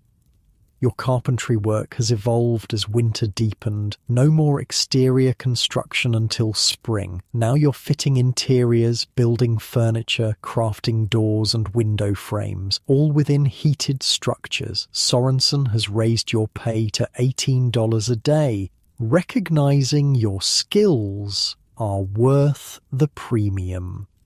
Billy continues at the assay office, where his meticulous record-keeping has made him indispensable. His paycheck has increased to $15 daily.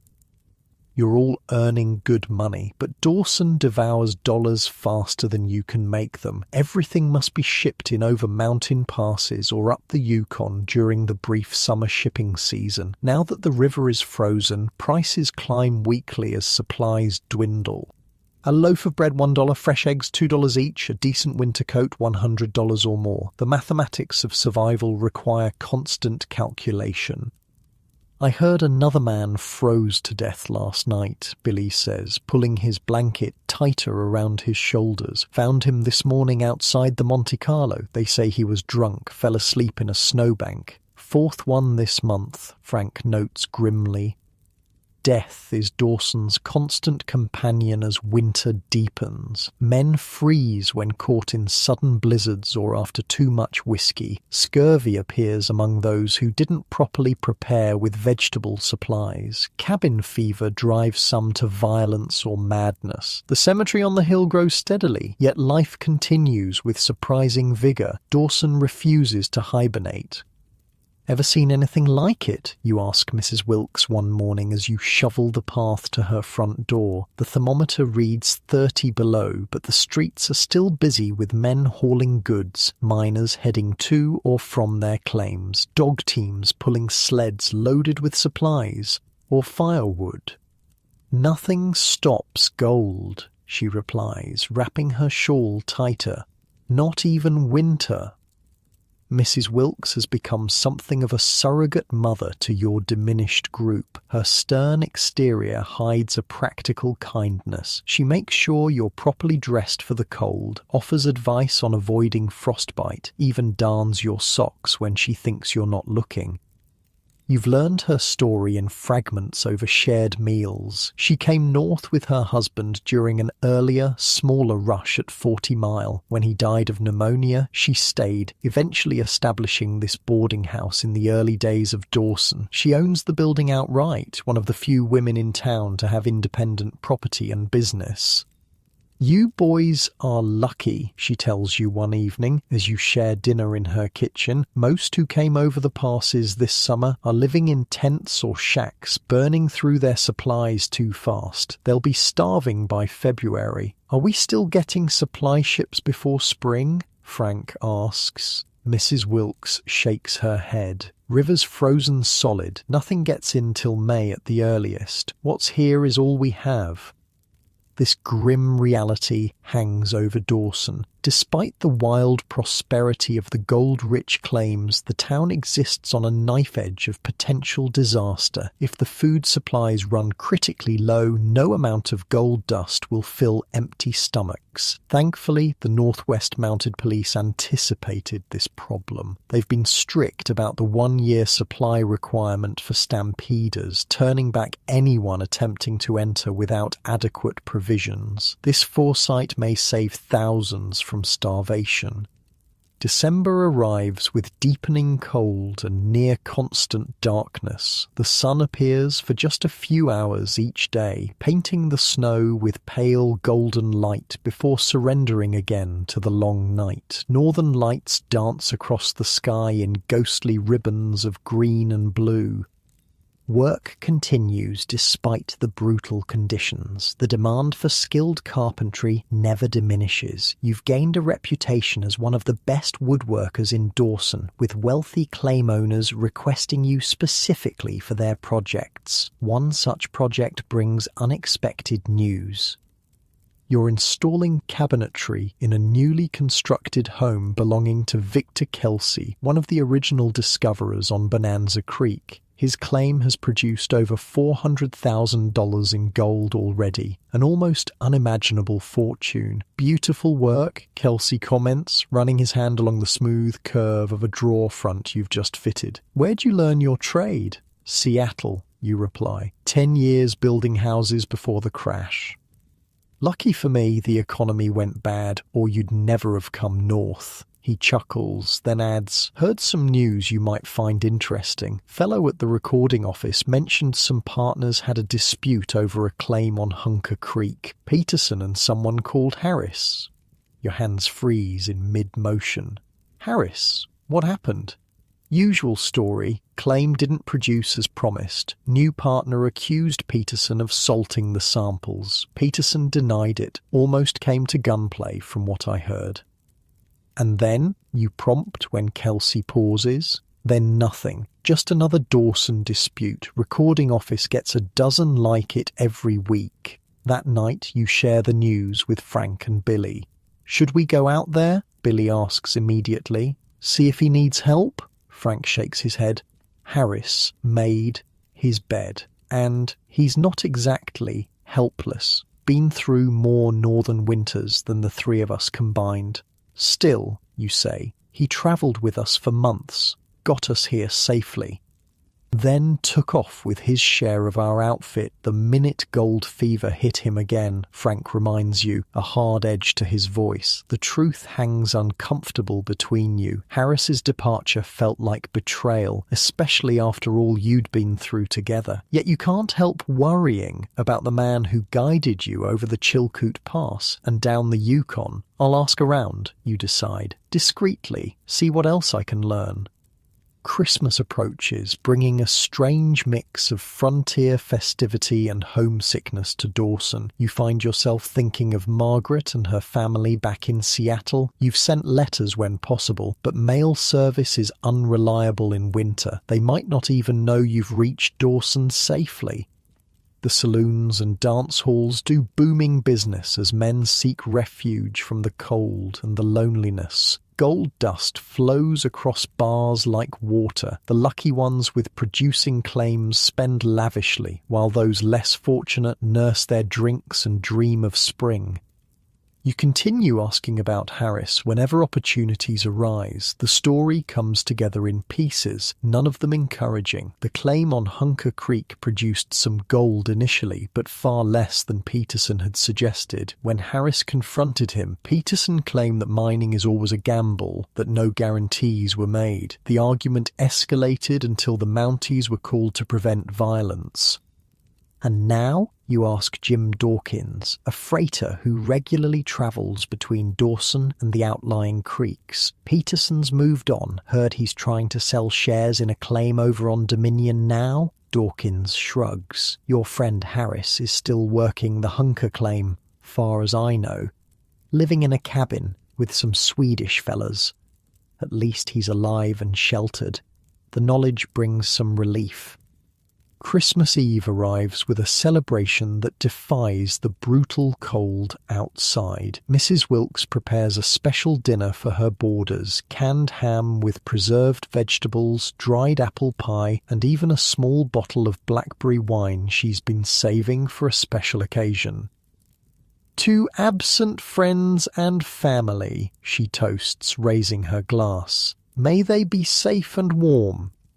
You drink to that thinking of Margaret, of Harris, of the thousands of other stampeders scattered across the Klondike, all chasing the same golden dream. After dinner, the three of you join the crowds on Front Street, where bonfires have been lit and men gather to sing carols, share whiskey, and pretend for a moment that they're not thousands of miles from home in the darkest, coldest place imaginable. The temperature has dropped to 50 below. At this extreme cold, strange things happen. Metal sticks to bare skin, wood becomes brittle as glass, the snow squeaks loudly underfoot, exposed flesh can freeze in minutes.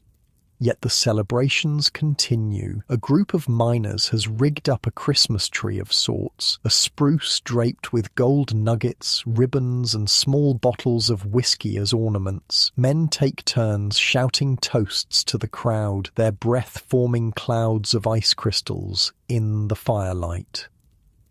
"To the Klondike," someone calls. "May she yield up all her treasure." "To the spring thaw," shouts another.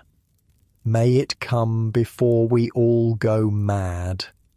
You're about to suggest returning to the warmth of Mrs. Wilkes's house when a commotion erupts near the Monte Carlo saloon. A dog team has arrived, the animals frosted with ice, their driver similarly encrusted. Men gather around as the newcomer staggers from his sled. "News from outside," someone shouts. "He's brought mail."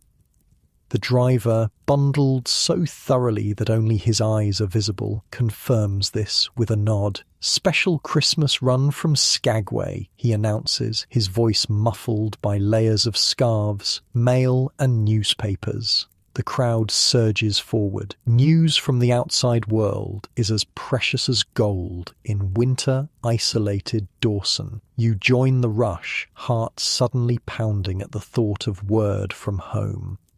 The mail distribution is chaotic but surprisingly efficient. A Mountie takes charge, calling out names from bundled letters. By some miracle, there's one for you, the envelope addressed in Margaret's neat handwriting. You retreat to the relative quiet of a storefront porch to read it, hands shaking with more than cold as you carefully open the envelope.